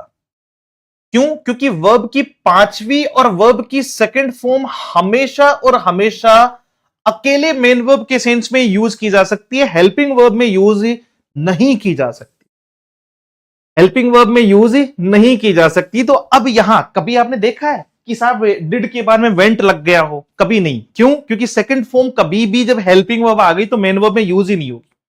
सेकंड और पांचवी फॉर्म भी प्रेजेंट इंडेफिनिट में मेन वर्ब के सेंस में यूज हो सकती है, और आपकी सेकंड फॉर्म जो है वो वर्ब की सेकंड फॉर्म के तौर पे पास्ट इंडेफिनिट में यूज हो सकती है, लेकिन किसमें यूज नहीं होगी?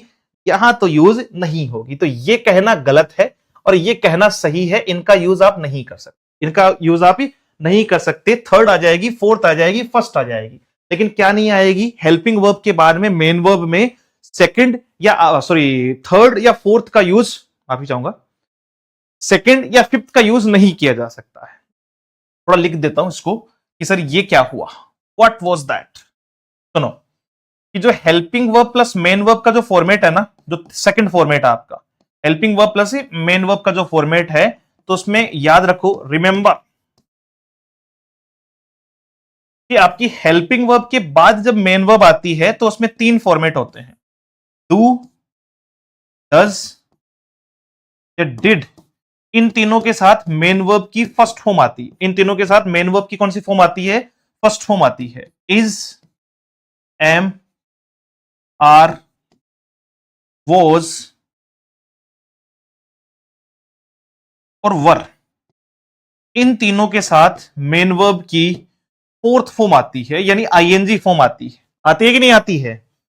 और आपका तीसरा हो जाएगा हैज, हैव और आपका हैड, हैज, हैव और आपका हैड, इन तीनों के साथ मेन वर्ब की थर्ड फॉर्म आती है।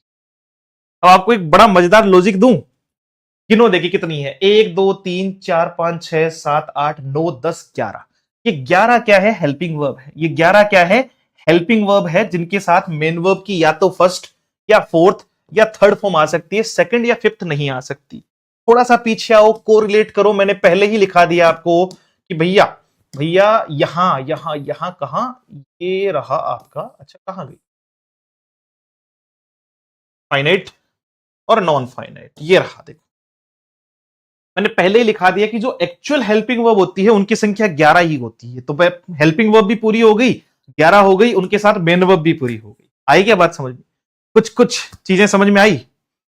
अब तीसरी अपन बातचीत करते हैं इसमें कि सर आपने हमें मेन वर्ब समझाया, मेन वर्ब की फॉर्म समझाई, है ना, 5 फॉर्म होती है, 5 फॉर्म का कब यूज करते हैं, सिंगुलर क्या है, प्लुरल क्या है, सारे बेसिक समझाए।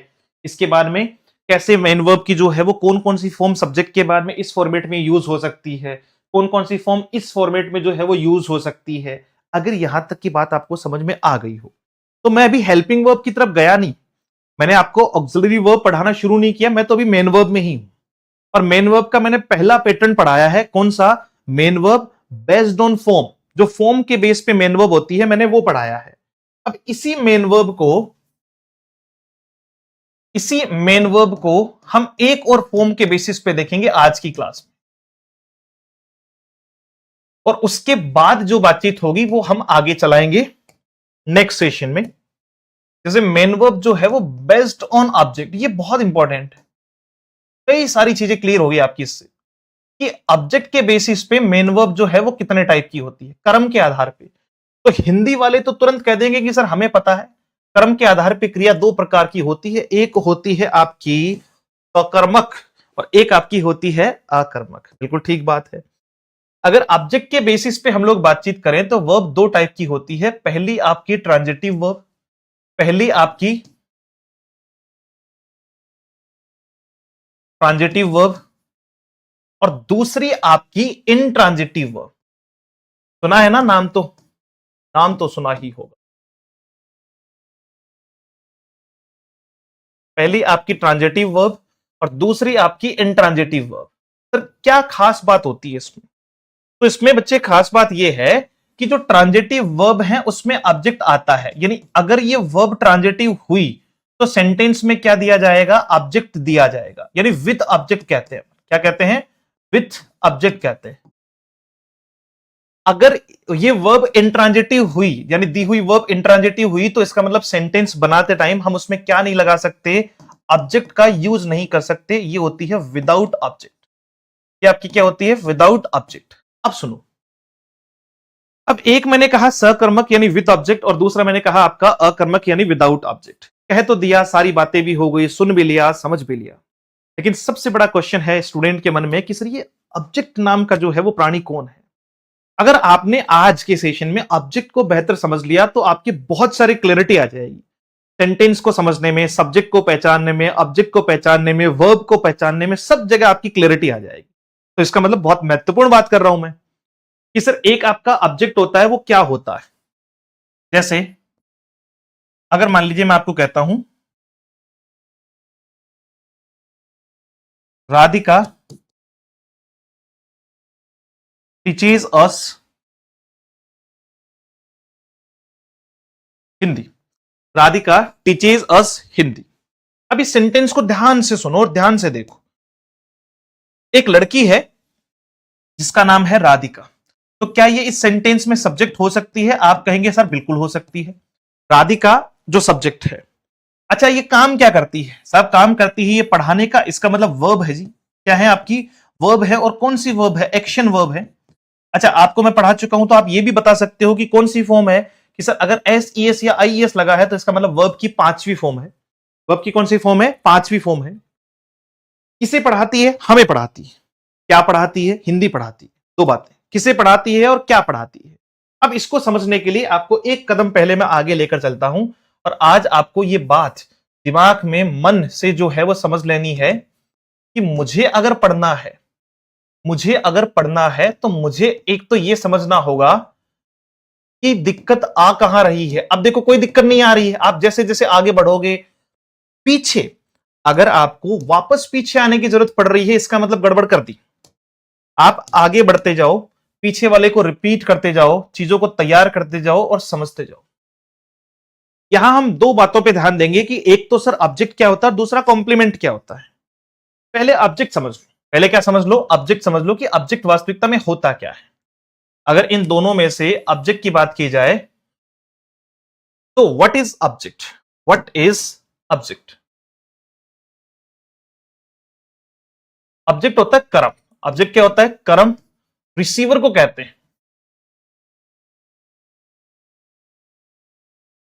किसको कहते हैं? रिसीवर को। जो रिसीव कर रहा है वो आपका ऑब्जेक्ट है, वो आपका क्या है? ऑब्जेक्ट है। थोड़ा और डेप्थ में ले चलूं, आ जाओ। दो टाइप के ऑब्जेक्ट होते हैं। कितने टाइप के? दो टाइप के। अच्छा, आपको अगर कोई पूछ ले कि इंग्लिश में एक सेंटेंस में मैक्सिमम कितने ऑब्जेक्ट यूज किए जा सकते हैं, तो आपको कहना दो। अगर कोई कहे कि तीन भी ऑब्जेक्ट हो जाएंगे क्या, चार भी हो जाएंगे क्या, तो आपको कहना नहीं सर, दो ही ऑब्जेक्ट मैक्सिमम हो सकते हैं। दोनों अलग अलग कैटेगरी के होने चाहिए। दोनों किसके होने चाहिए? अलग अलग कैटेगरी के होने चाहिए। आप एक कैटेगरी पे दो ऑब्जेक्ट नहीं बता सकते हो। कैसे? मैं बताता हूं आपको। देखो, एक ऑब्जेक्ट होता है आपका इनडायरेक्ट। क्या होता है? Indirect object. और एक ऑब्जेक्ट होता है आपका direct object. Direct object. Indirect का मतलब होता है सजीव। इनडायरेक्ट का मतलब होता है सजीव, जिसे हम लिविंग कहते हैं। जिसे हम क्या कहते हैं? लिविंग कहते हैं। कि जो सजीव है वो लिविंग है। जो सजीव है,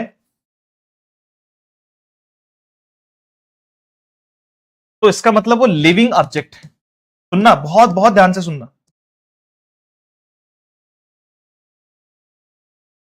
ये कौन सा हो गया? आपका लिविंग ऑब्जेक्ट होगा। और जो निर्जीव है उसको कहते हैं अपन डायरेक्ट ऑब्जेक्ट, यानी non living. Non living object. Non living object जिसको हम लोग क्या कह रहे हैं बच्चे? निर्जीव कह रहे हैं। जिसको हम लोग क्या कह रहे हैं? निर्जीव कह रहे हैं। अगर एक सेंटेंस में लिविंग या नॉन लिविंग की बात करें तो दोनों ही यूज किए जा सकते हैं। दोनों का ही यूज किया जा सकता है। कैसे यूज होता है इसको लेकर थोड़ा सा जो है वो देखो।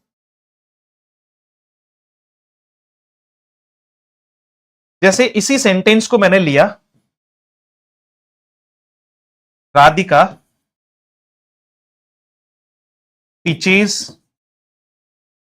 अस हिंदी। अब आप खुद बताओगे, मैं पूछूंगा आप बताओगे। देखो, राधिका कौन? सर ये पढ़ाने वाली। पढ़ाने वाली मतलब कर्ता, इसका मतलब डूअर है। डूअर है और सब्जेक्ट है। डूअर है जो इस सेंटेंस में क्या है? सब्जेक्ट है। ये काम को करने वाली है। ये काम को करने वाली है। अच्छा, क्या काम करती है? वर्ब क्या है? एक्शन क्या है? तो आप कहोगे सर एक्शन आपकी जो है वो पढ़ाना होगी। एक्शन आपकी क्या होगी? पढ़ाना होगी। अच्छा, एक तो मैंने क्वेश्चन पूछा आपसे क्या पढ़ाती है, तो आपका जवाब आएगा सीधा सीधा। देखो, क्या मैं ये, सुनना मेरी बात को है ना, राधिका क्या पढ़ाती है? पढ़ाने का सीधा रिलेशन किससे है? हिंदी से। इसे पढ़ाती है तो रिलेशन है हमसे। पहली बात, अगर मान लो मैं यहां हिंदी हटा दूं तो क्या आप इस सेंटेंस को सेंसिबल सेंटेंस मान सकते हो? राधिका टीचेस अस, राधिका हमें पढ़ाती है। माना राधिका आपको पढ़ाती है, लेकिन क्या? और अगर मैं अस हटा के हिंदी रख लूं तो क्या ये सेंसिबल सेंटेंस माना जा सकता है? तो फिर मान लेंगे हम, राधिका टीचेस हिंदी, राधिका हिंदी पढ़ाती है। क्योंकि हम हमेशा एक्शन रिप्रेजेंटेटिव अगर बात करेंगे जिसमें ऑब्जेक्ट आएगा तो वर्ब हमेशा टारगेट करेगी सीधी किसको? वर्ब टारगेट करेगी सीधी आपके जो है वो ऑब्जेक्ट को। और वो कौन सा ऑब्जेक्ट होगा? वो इनडायरेक्ट ना होके डायरेक्ट ऑब्जेक्ट होगा। देखो, दो ऑब्जेक्ट है। अरे किसे पढ़ाती है? हमें। तो हम जो हुए वो सजीव हैं, इसका मतलब इनडायरेक्ट ऑब्जेक्ट है। क्या है? आपका इनडायरेक्ट ऑब्जेक्ट है।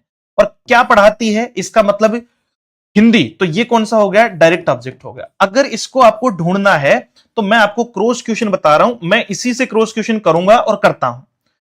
अगर आपको इनडायरेक्ट ढूंढना है तो आप हमेशा क्रॉस क्वेश्चन करो होम से। किसे? हमें। किसे? उसे। किसे? तुम्हें।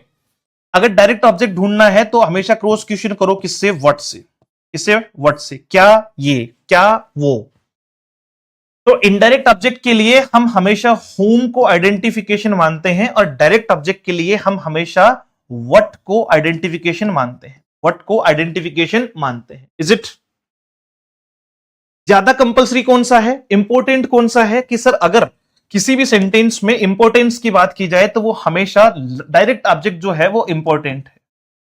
अगर ये नहीं भी आए, इनडायरेक्ट अगर नहीं भी आए तो कोई बात नहीं, चल सकता है, सेंटेंस बन सकता है। लेकिन डायरेक्ट नहीं आएगा तो इसका मतलब जो क्रिया है वो कौन सी क्रिया है ये नहीं पता चलेगी। क्रिया है, पढ़ाने की क्रिया है, वो क्या है, तो वो क्या का जो सेंस है ना वो रह जाएगा और उससे सेंटेंस सेंसलेस बन जाएगा। इसलिए कहते हैं कि ज्यादा जरूरी है या कंपलसरी है आपका क्या करना, डायरेक्ट ऑब्जेक्ट का यूज करना बजाय किसके, इनडायरेक्ट के। अब देखो एक छोटी सी बात और ले लो, फिर मैं इसमें कुछ और चीजें आपको बता दे रहा हूं कि गिव मी अ गिफ्ट। अब पहली बात तो कि सर इसमें फटाफट देखो, ये तो इस सेंटेंस का क्या हो गया, सब्जेक्ट हो गया। किसने दिया, ही ने दिया। क्या दिया, वर्ब हो गई, वर्ब की सेकंड फॉर्म हो गई वी टू, क्या हो गई आपकी वी टू। मी मुझे दिया, क्या दिया, गिफ्ट दिया। तो ये तो हो गया व्हाट मतलब डायरेक्ट ऑब्जेक्ट, और ये हो गया किसे दिया, मुझे दिया मतलब होम यानी इनडायरेक्ट ऑब्जेक्ट।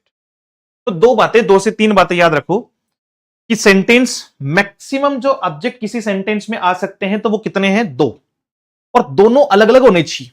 दोनों क्या होने चाहिए, अलग अलग होने चाहिए, एक जैसा ऑब्जेक्ट नहीं आ सकता। क्यों, क्योंकि वर्ब तो एक ही आएगी ना। अगर आ रहा है, आ नहीं सकता मतलब आता है, लेकिन कंसिडर नहीं करते। ये आपको, ये जो पॉइंट मैंने अभी बोला ना कि कंसिडर नहीं करते, ये जब आप मेरे साथ में इंफिनिटिव वर्ब पढ़ रहे होंगे तब मैं आपको इसको समझा रहा हूं कि ऐसा होता है। जैसे मान लो कि मैं बच्चे को जब पूछता हूं ना, I want to learn English, I want to learn English. अगर मैं किसी भी स्टूडेंट को पूछता हूं कि भाई मुझे इसका ऑब्जेक्ट बताओ, मुझे इसका ऑब्जेक्ट बताओ, तो बच्चा मुझे ऐसे कहता है कि सर ये तो इसका सब्जेक्ट हो गया आई, ठीक है जी। वॉन्ट मतलब क्रिया हो गई, वर्ब हो गई, क्या चाहते हो आप जो है, अब मुझे बताओ I want to learn English. आप में से मैक्सिमम लोग जो है जिन्होंने नॉलेज नहीं लिया होगा या जिनको कॉन्सेप्ट क्लैरिटी नहीं होगी वो कहेंगे कि सर इसका ऑब्जेक्ट इंग्लिश है, इसका ऑब्जेक्ट क्या है, इंग्लिश है। और कुछ विद्वान, अति विद्वान ऐसे हैं जो ये कहते हैं कि सर दो ऑब्जेक्ट हो सकते हैं इसमें, या तो टू लर्न को ऑब्जेक्ट मान लो या इंग्लिश का ऑब्जेक्ट मान लो। मैंने उनसे पूछा कि भाई अगर मैं टू लर्न को मान लूंगा तो इंग्लिश को क्या मानूंगा, तो कहते सर ये इसका कॉम्प्लीमेंट हो जाएगा, अच्छी बात है। अच्छा मैं इंग्लिश को ऑब्जेक्ट मानूंगा तो टू लर्न को क्या मानूंगा, तो वो एक लॉलीपॉप पकड़ाते हैं, कहते हैं साहब दो वर्ब को टू से जोड़ते हैं। अच्छा तुम ही रहोगे फिर तो। ऐसे क्वेश्चन करना सीखो यार। आई वॉन्ट टू लर्न, अब मैं इंग्लिश नहीं चाहता भैया, मैं अगर मान लो इसको हिंदी में पूछो आप मुझसे कि सर आप क्या चाहते हो, तो मैं आपको क्या कहूंगा कि भाई मैं सीखना चाहता हूं। फिर आपने क्या पूछा, सर क्या सीखना चाहते हो, तो मैंने कहा इंग्लिश सीखना चाहता हूं। आई बात समझ में, सर आप क्या चाहते हो, मैं सीखना चाहता हूं, क्या सीखना चाहते हो, इंग्लिश। तो पहले ये जो वांट है वो वास्तविकता में किसको बता रहा है, टू लर्न को बता रहा है। टू लर्न यानी टू प्लस वर्ब की फर्स्ट फॉर्म इन्फिनेटिव वर्ब होती है जो सेंटेंस में सब्जेक्ट या ऑब्जेक्ट का काम करती है और वो सेंटेंस में ऑब्जेक्ट बन सकती है। तो इसका मतलब ऑब्जेक्ट तो आ गया है। और मैंने कहा एक जैसे दो ऑब्जेक्ट नहीं आते। क्या आपको 1% भी ऐसा लगता है कि इसमें इंग्लिश की बात की जा रही है? आई वॉन्ट इंग्लिश नहीं, I want to learn, learn word English. तो इंग्लिश किसको कह रही है, टू लर्न। तो अगर ऑब्जेक्ट को कोई फुलफिल कर रहा है, जो ऑब्जेक्ट को कंप्लीट करे, ऑब्जेक्ट को कंप्लीट करे, तो इसका मतलब वो कहलाएगा ऑब्जेक्ट का कॉम्प्लीमेंट। ये मैं आपको अभी बता दूंगा। अगर कोई सेंटेंस में ऑब्जेक्ट को फुलफिल किया जा रहा है तो वो ऑब्जेक्ट का कॉम्प्लीमेंट कहलाएगा, ना कि खुद ऑब्जेक्ट। तो ये ओसी है, ऑब्जेक्ट कॉम्प्लीमेंट है, ना कि खुद ऑब्जेक्ट। ये बताओ कितनी बड़ी बात है। और हम कुछ भी चला दे रहे हैं, कह रहे हैं साहब ये भी ऑब्जेक्ट ये भी ऑब्जेक्ट। अरे होते ही दो हैं तो तीन कैसे लाओगे? एक जैसे दो हो कैसे सकते हैं? एक वर्ब के लिए दो अलग अलग बात कैसे कर सकते हो? या तो आप सीखना चाहते हो या आप इंग्लिश चाहते हो। दोनों में से एक ही बात करो, या तो आप सीखना चाहते हो या आप इंग्लिश चाहते हो, लेकिन आप इंग्लिश सीखना चाहते हो ये नहीं कह सकते। फिर आपको सीखना और क्या इंग्लिश, तो ये इसका ऑब्जेक्ट को कॉम्प्लीमेंट्री पार्ट है, यानी ऑब्जेक्ट को पूरा करने के लिए है, तो वो ऑब्जेक्ट कॉम्प्लीमेंट बनता है, ना कि खुद ऑब्जेक्ट। तो कॉम्प्लीमेंट में और ऑब्जेक्ट बनने में फर्क है। ऑब्जेक्ट सीधा जो है वो बात करेगा किसकी, वर्ब की। डायरेक्ट ऑब्जेक्ट सीधा बात करेगा वर्ब की, जबकि कॉम्प्लीमेंट बात करेगा ऑब्जेक्ट को फुलफिल करने की। एक तो ये ध्यान रखना। दूसरा, कई बार स्टूडेंट हमसे क्वेश्चन पूछ लेता है कि सर क्या इनको लिखने का कोई क्रम फिक्स है क्या, कोई जो है वो मतलब कोई सीक्वेंस फिक्स है क्या कि पहले कौन सा ऑब्जेक्ट लिखेंगे, कि पहले आप जो है वो हर बार देखो पहले सजीव को ही लिख रहे हो।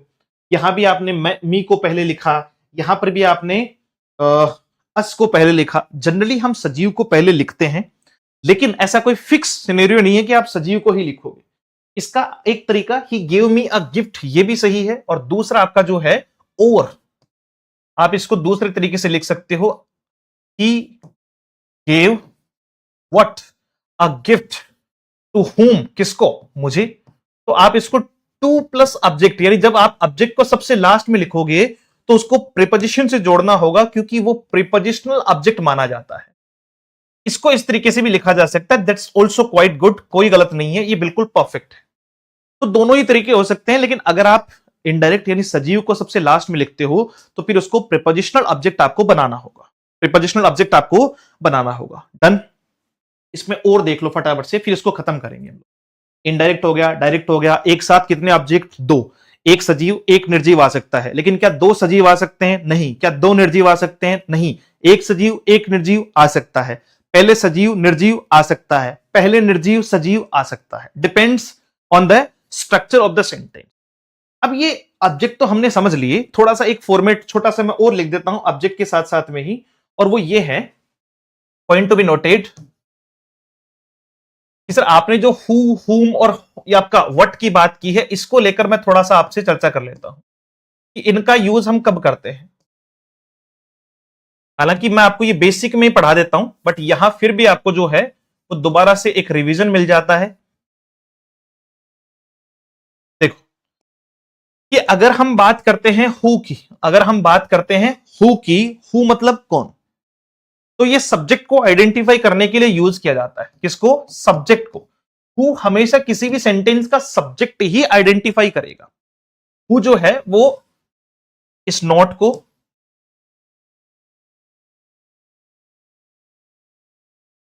हाउ टू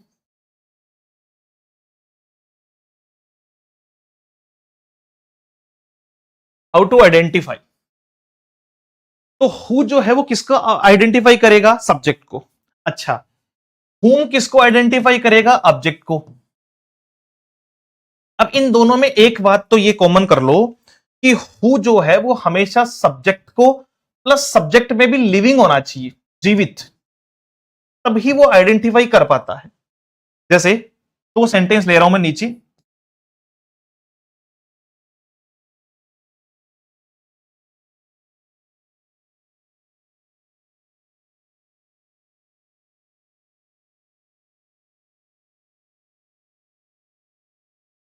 राधिका कुक्स फूड, ध्यान देना, और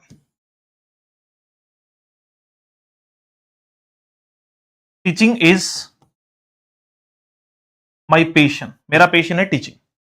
अब देखो ध्यान से, अब अगर मैं आपसे पूछूं, या फिर इसको, एक तो ये हो गया, एक ये हो गया, एक और ले लेते हैं इसमें,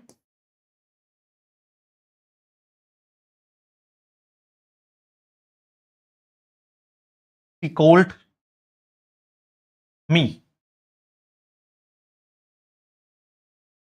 told me there। अब देखो इन तीनों सेंटेंस को ध्यान से देखो, और इन तीनों में एक एक बातचीत हम इनसे रिलेटेड कर लेते हैं। हु सब्जेक्ट को आइडेंटिफाई करता है, देन हुम ऑब्जेक्ट को आइडेंटिफाई करता है, ये सब्जेक्ट में लिविंग को आइडेंटिफाई करता है, मतलब जो जिंदा है ना उसी को आप हु से बात कर सकते हो। जैसे राधिका कुक्स फूड, तो आप कह सकते हो कौन खाना, खाना कौन बनाती है? राधिका। राधिका हु से आइडेंटिफाई हो सकती है, ये सब्जेक्ट है, ठीक है। अच्छा, सी कोल्ड मी देयर, तो मुझे वहां किसने बुलाया? कौन, किसने बुलाया? सी ने, यानी आपका जो है वो ये भी क्या है? सब्जेक्ट है आपका, हु से आइडेंटिफाई हो सकता है। लेकिन क्या टीचिंग को आप हु से आइडेंटिफाई कर सकते हो? है ना, कौन मेरा पेशेंट है ना, मेरा पेशेंट क्या है, what is my patient, what is my habit, what is my favourite thing, समझ रहे हो? तो इसका मतलब आप जो है वो नॉन लिविंग, अगर आपका जो है वो पॉइंट ऑफ व्यू है, लिविंग ना होकर नॉन लिविंग है, तो आप उसको हु से तो सब्जेक्ट को आइडेंटिफाई नहीं कर सकते। तो फिर क्या है कि सर हुम आपका ऑब्जेक्ट को आइडेंटिफाई करता है, और वो भी शर्त यह है कि लिविंग होना चाहिए। जैसे राधिका कुक्स फूड, राधिका ने क्या बनाया, तो ये लिविंग नहीं है, इसका मतलब हुम नहीं आएगा। टीचिंग इज माई पेशन हो गया आपका, सी कोल्ड मी, उसने मुझे बुलाया। किसे बुलाया? मुझे। तो मैं लिविंग हूं और मैं जिंदा हूं, इसलिए मुझे किससे जो है वो क्रॉस क्वेश्चन करोगे आप, हुम से क्रॉस क्वेश्चन करोगे। ये दोनों क्रॉस हो गए किससे? हु से क्रॉस क्वेश्चन हो गए, क्योंकि सब्जेक्ट है और लिविंग है। अगर ऑब्जेक्ट आपका लिविंग है, ऑब्जेक्ट आपका लिविंग है, तो आप उसको हुम से पूछ सकते हो। लेकिन अगर व्हाट की बात करो तो ये दोनों जगह काम आएगा। कब? ये सब्जेक्ट में और ऑब्जेक्ट में, सब्जेक्ट में एंड ऑब्जेक्ट में, दोनों ही जगह के लिए हम किसका यूज करते हैं? व्हाट का यूज करते हैं। शर्त यह रखना कि वो नॉन लिविंग होना चाहिए। वो क्या होना चाहिए? नॉन लिविंग होना चाहिए। अगर नॉन लिविंग है तो फिर आप व्हाट से सेंटेंस को आइडेंटिफाई करो। तो अब समझ में आ गया। इसको क्या कहेंगे? What. What is my patient, what is your patient, what is your work. इसका मतलब सर आप किसके बारे में बात कर रहे हो? सब्जेक्ट अगर नॉन लिविंग है, निर्जीव है, तो वो व्हाट से ही कंसिडर किया जा सकता है। डन। और यहां पर भी राधिका ने क्या बनाया? तो आपका फूड तो नॉन लिविंग है, इसलिए आपका चाहे सब्जेक्ट हो चाहे आपका ऑब्जेक्ट हो, अगर वो नॉन लिविंग होगा तो वो व्हाट से क्रॉस होगा। अगर सब्जेक्ट आपका लिविंग है तो हु से, और ऑब्जेक्ट आपका लिविंग है तो हुम से कंसिडर किया जाएगा। That is called identification of a noun. किसी भी नाउन का या सब्जेक्ट या ऑब्जेक्ट का आइडेंटिफिकेशन जो है वो हम इसी तरीके से करते हैं कि सब्जेक्ट और ऑब्जेक्ट का जो है वो आइडेंटिफिकेशन जनरली यही तरीका होता है। ठीक है। पढ़ क्या रहे थे हम लोग? हमने सब्जेक्ट पढ़ा, ऑब्जेक्ट पढ़ा, मतलब ऑब्जेक्ट पढ़ा ना हम लोगों ने कि ऑब्जेक्ट कितने टाइप के होते हैं। किस लिए पढ़ रहे थे? कि सर वर्ब के लिए पढ़ रहे थे। आपने कहा था कि वर्ब जो होती है, यहां ट्रांजिटिव वर्ब विद ऑब्जेक्ट होती है और इंट्रांजिटिव वर्ब विदाउट ऑब्जेक्ट होती है। तो अब मैं इसको कंप्लीट कर दूं, क्योंकि मैंने पहले आपको क्या पढ़ा दिया? ऑब्जेक्ट पढ़ा दिया, क्योंकि ऑब्जेक्ट आएगा तभी तो आपको वर्ब समझ में आएगी ना। तो अब इसको मैं खत्म कर दे रहा हूं। आपका कौन सा पॉइंट? पहला आपका ए, ट्रांजिटिव वर्ब। ट्रांजिटिव वर्ब क्या होती है? तो ट्रांजिटिव वो वर्ब होती है, ट्रांजिटिव वो वर्ब होती है जो विद ऑब्जेक्ट चलती है। अच्छा, विद ऑब्जेक्ट यानी जिसमें ऑब्जेक्ट आता है। कितने टाइप की ट्रांजिटिव वर्ब होती है? अगर आपसे ये कोई पूछ ले, या कई बार एग्जामिनेशन में जो है वो नाम आप पढ़ लोगे। एक होता है मोनो ट्रांजिटिव, कुछ नहीं इनमें, टेंशन मत लो, मैं अभी एक सेकंड में बता दूंगा। मोनो का अर्थ होता है एक, जैसे मोनोपोली।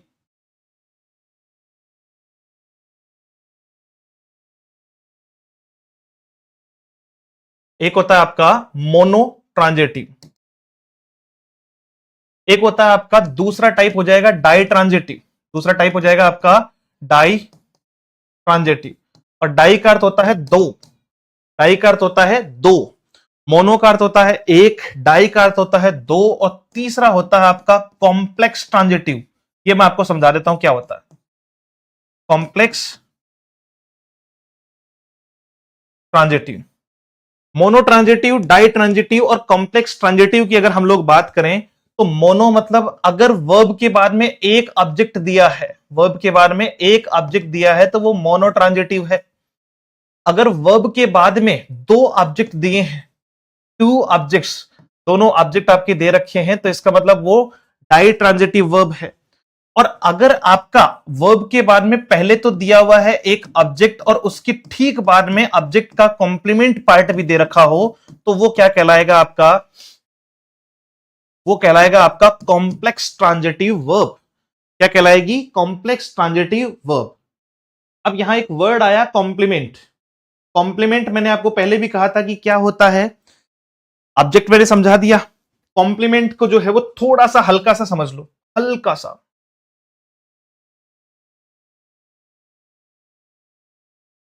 कि सर कॉम्प्लीमेंट वो पार्ट होता है जिसे हम पूरक कहते हैं, जिसे हम क्या कहते हैं? पूरक यानी पूर्ण करने वाला। दो टाइप के कॉम्प्लीमेंट होते हैं, एक होता है सब्जेक्ट कॉम्प्लीमेंट जो सब्जेक्ट को पूरा करे, और दूसरा आपका टाइप होता है ऑब्जेक्ट कॉम्प्लीमेंट जो ऑब्जेक्ट को पूरा करे। एक होता है आपका सब्जेक्ट कॉम्प्लीमेंट जो सब्जेक्ट को पूरा करे, और एक आपका होता है ऑब्जेक्ट कॉम्प्लीमेंट जो ऑब्जेक्ट को पूरा करे। जैसे अगर मैं कहूं, अगर मैं कहूं he is a teacher, he is a teacher, तो इसका सीधा अर्थ यह हुआ कि इसमें कोई वर्ब नहीं है। इसमें कोई वर्ब नहीं है। तो ये जो पोर्शन है वो क्या कहलाएगा आपका कि सर अगर एक्शन नहीं हो रही है, स्टेट की बात कर रहे हैं, किसकी बात कर रहे हैं, स्टेट की बात कर रहे हैं, यानी आपका नीचे ले जाते थे।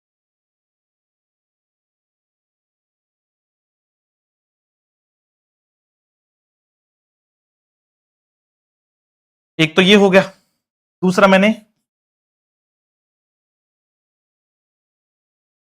इलेक्टेड हिम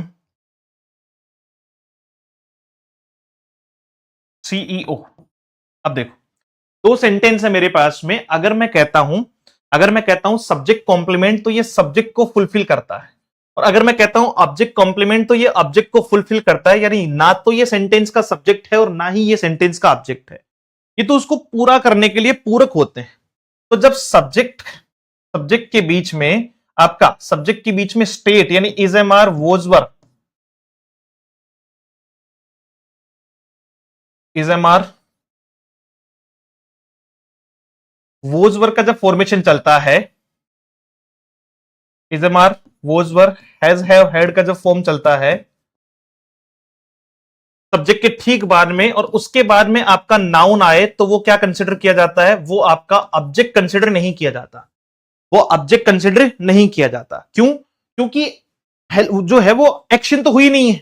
अगर मैं कहता हूं आई हैव अ कार, तो ये व्हाट से आ जाएगा, क्वेश्चन इसका व्हाट से आ जाएगा कि भैया आपके पास में क्या है, कार है, लेकिन एक्शन कहां हुई, एक्शन कंसिडरेशन नहीं है ना, तो ऑब्जेक्ट रिसीव कहां से करेगा। इसलिए कहा जाता है कि सर स्टेट को या आपका जो है वो फॉर्मेट को, इस फॉर्मेट को बताए, तो ये आपका नाउन हमेशा क्या बनाएगा, ये वाला नाउन आपका एससी बनाएगा, सब्जेक्ट कॉम्प्लीमेंट बनाएगा। क्या बनाएगा बच्चे, सब्जेक्ट जो है वो कॉम्प्लीमेंट बनाएगा। ठीक है, तो ये सब्जेक्ट जो है वो आपका कॉम्प्लीमेंट हो गया।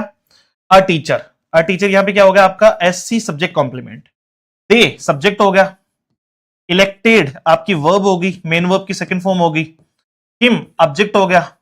तो अब आगे क्या कि सर क्या बनाया, सीईओ, तो ये आपका ऑब्जेक्ट नहीं है ना, ये तो हिम के लिए ही यूज किया जा रहा है, इसलिए क्या कहलाएगा, ओसी कहलाएगा, ऑब्जेक्ट कॉम्प्लीमेंट कहलाएगा।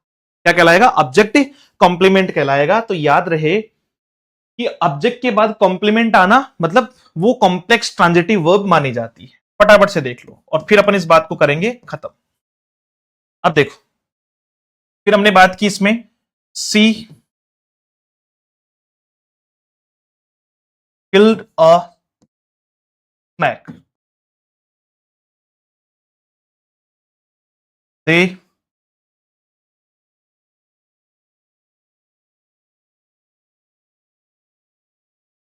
Asked me my name. तीसरा आपका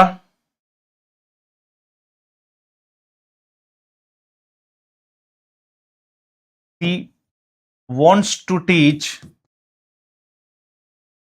she wants to teach grammar.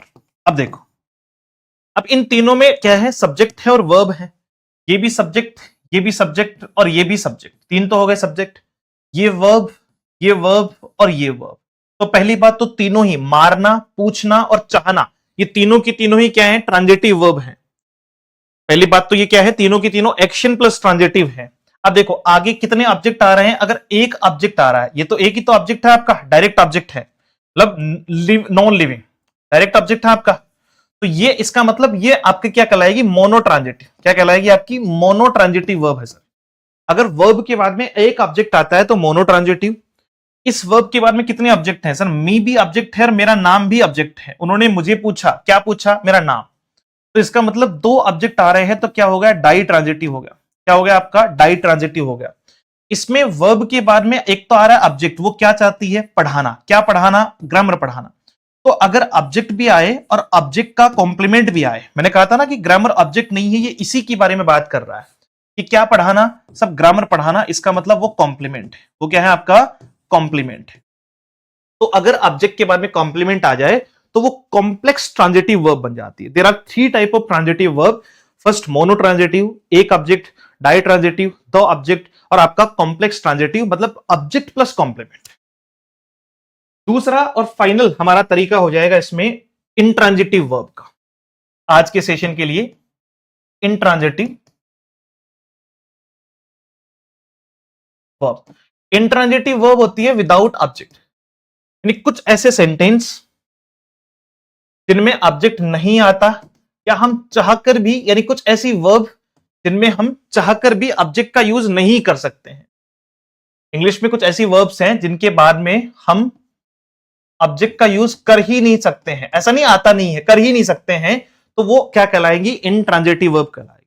और इंट्रांजिटिव वर्ब का पेसिव वॉइस नहीं बना सकते हैं, क्योंकि एक्टिव से पेसिव बनाने का एकमात्र तरीका सीधा पहली अप्रोच ये होती है कि पहले सब्जेक्ट का ऑब्जेक्ट और ऑब्जेक्ट का सब्जेक्ट बनाओ। जब ऑब्जेक्ट है ही नहीं तो बनाएंगे कैसे? इसलिए कहते हैं कि active voice sorry intransitive verb का पेसिव नहीं बन सकता। जैसे मैंने कह दिया she sleeps well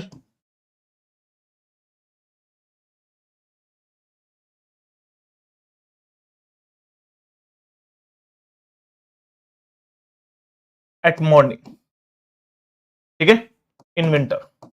C sleeps well at morning in winter. तो अब देखो सी सब्जेक्ट तो है, सी सब्जेक्ट तो है, स्लिप्स सोना, इसके बाद में क्या है? स्लिप मतलब सोना, वर्ब भी है, मेन वर्ब भी है, लेकिन आगे क्या? मैं ऑब्जेक्ट जोड़ू कैसे? अगर मैं कहता हूं कि वो अच्छे से जो है वो विंटर में, सर्दियों की सुबह में जो है वो अच्छे से सोती है, so she sleeps well at morning in winter.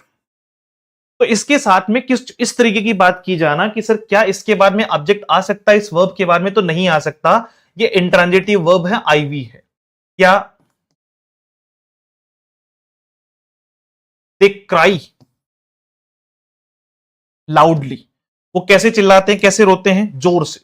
तो अब क्राई भी ऐसी वर्ब है जिसके बाद में ऑब्जेक्ट नहीं आ सकता। लाउडली मतलब ये हाउ से, कैसे? लाउडली। कैसे सोती है? वेल। तो जो हाउ से जो बात की जा रही है, हाउ से, वेन से, वेयर से, हाउ हो गया, वेन हो गया, वेयर हो गया, इनसे अगर क्रॉस आइडेंटिफिकेशन होगा तो वो एडवर्ब बनेगी ना कि नाउन। ये मैं पहले ही बता चुका हूं। तो वो एडवर्ब बनेगी ना कि नाउन। Is it? क्या बनेगी बच्चे? एडवर्ब बनेगी, नाउन नहीं बनेगी। तो कुछ ऐसी वर्ब जो जिनके बाद में हम ऑब्जेक्ट का यूज नहीं कर सकते हैं, तो वो क्या कहलाती है? इंट्रांजिटिव वर्ब कहलाती है।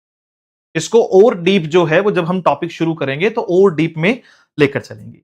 अब आज के सेशन को हम करेंगे यहीं पर दी एंड। लेकिन मैं आपको बता दूं कि अभी खेल बहुत बाकी है। जिन लोगों को लगता है कि वर्ब बहुत छोटा सा टॉपिक है, मैं 2 बातें ये पढ़ूंगा, 2 बातें ये पढ़ूंगा, अभी हम वर्ब को पहले पढ़ेंगे इसके रेगुलर और इरेगुलर बेस पे, यानी स्ट्रॉन्ग और वीक बेसिस पे। जैसे वर्ब की first form, second form, third form जो बनती है वो कैसे बनती है? कि कुछ वर्ब ऐसी होती है सर जिनकी तीनों फॉर्म सेम होती है, कुछ की फर्स्ट और थर्ड सेम होती है। फिर हम वर्ब को पढ़ेंगे, इसी मेन वर्ब को जो है इसमें कुछ ऐसी वर्ब्स आती है जो एक से ज्यादा मीनिंग देती है, या मैं कहूं कि आपको कंफ्यूज करती है। जैसे सबसे ज्यादा क्वेश्चन पूछा जाता है लाई ले वाली जो वर्ब है। एक लाई होता है झूठ बोलना, एक होता है लाई ले और लेन, और दूसरी वर्ब होती है ले लेड और लेड। राइज और रेज में क्या फर्क है? बोन और बोन में क्या फर्क है? एक हैंग की जो है वो 2 फॉर्म बनती है, उनमें क्या फर्क है? तो ऐसी कुछ वर्ब्स के बारे में जो है वो बात करते हैं। इसके बाद में कुछ ऐसी वर्ब्स जिनकी हमेशा से फॉर्म सेम रहती है, चाहे फर्स्ट, सेकंड, थर्ड कहीं पर भी देख लो, ऐसी वर्ब से भी क्वेश्चन पूछा जाता है। ब्रॉडकास्ट से रिलेटेड क्वेश्चन बहुत एग्जामिनेशन में पूछा गया पैसिव वॉइस में। तो उन वर्ब्स की बात करते हैं, और जब ये खत्म हो जाती है तो फिर जाते हैं अपन हेल्पिंग वर्ब की तरफ। फिर हेल्पिंग पढ़ते हैं, मॉडल्स में जो है वो फॉर्मेशन पढ़ते हैं, और उसके बाद में शुरू करते हैं एडवांस वर्ब। एडवांस में जेरेंट, पार्टिसिपल, आपका इंफिनिटिव, उसके बाद में कॉजेटिव, उसके बाद में बेयर इंफिनिटिव, और फिर वो रूल्स एंड रेगुलेशंस जो एडवांस वर्ब पे लागू होते हैं।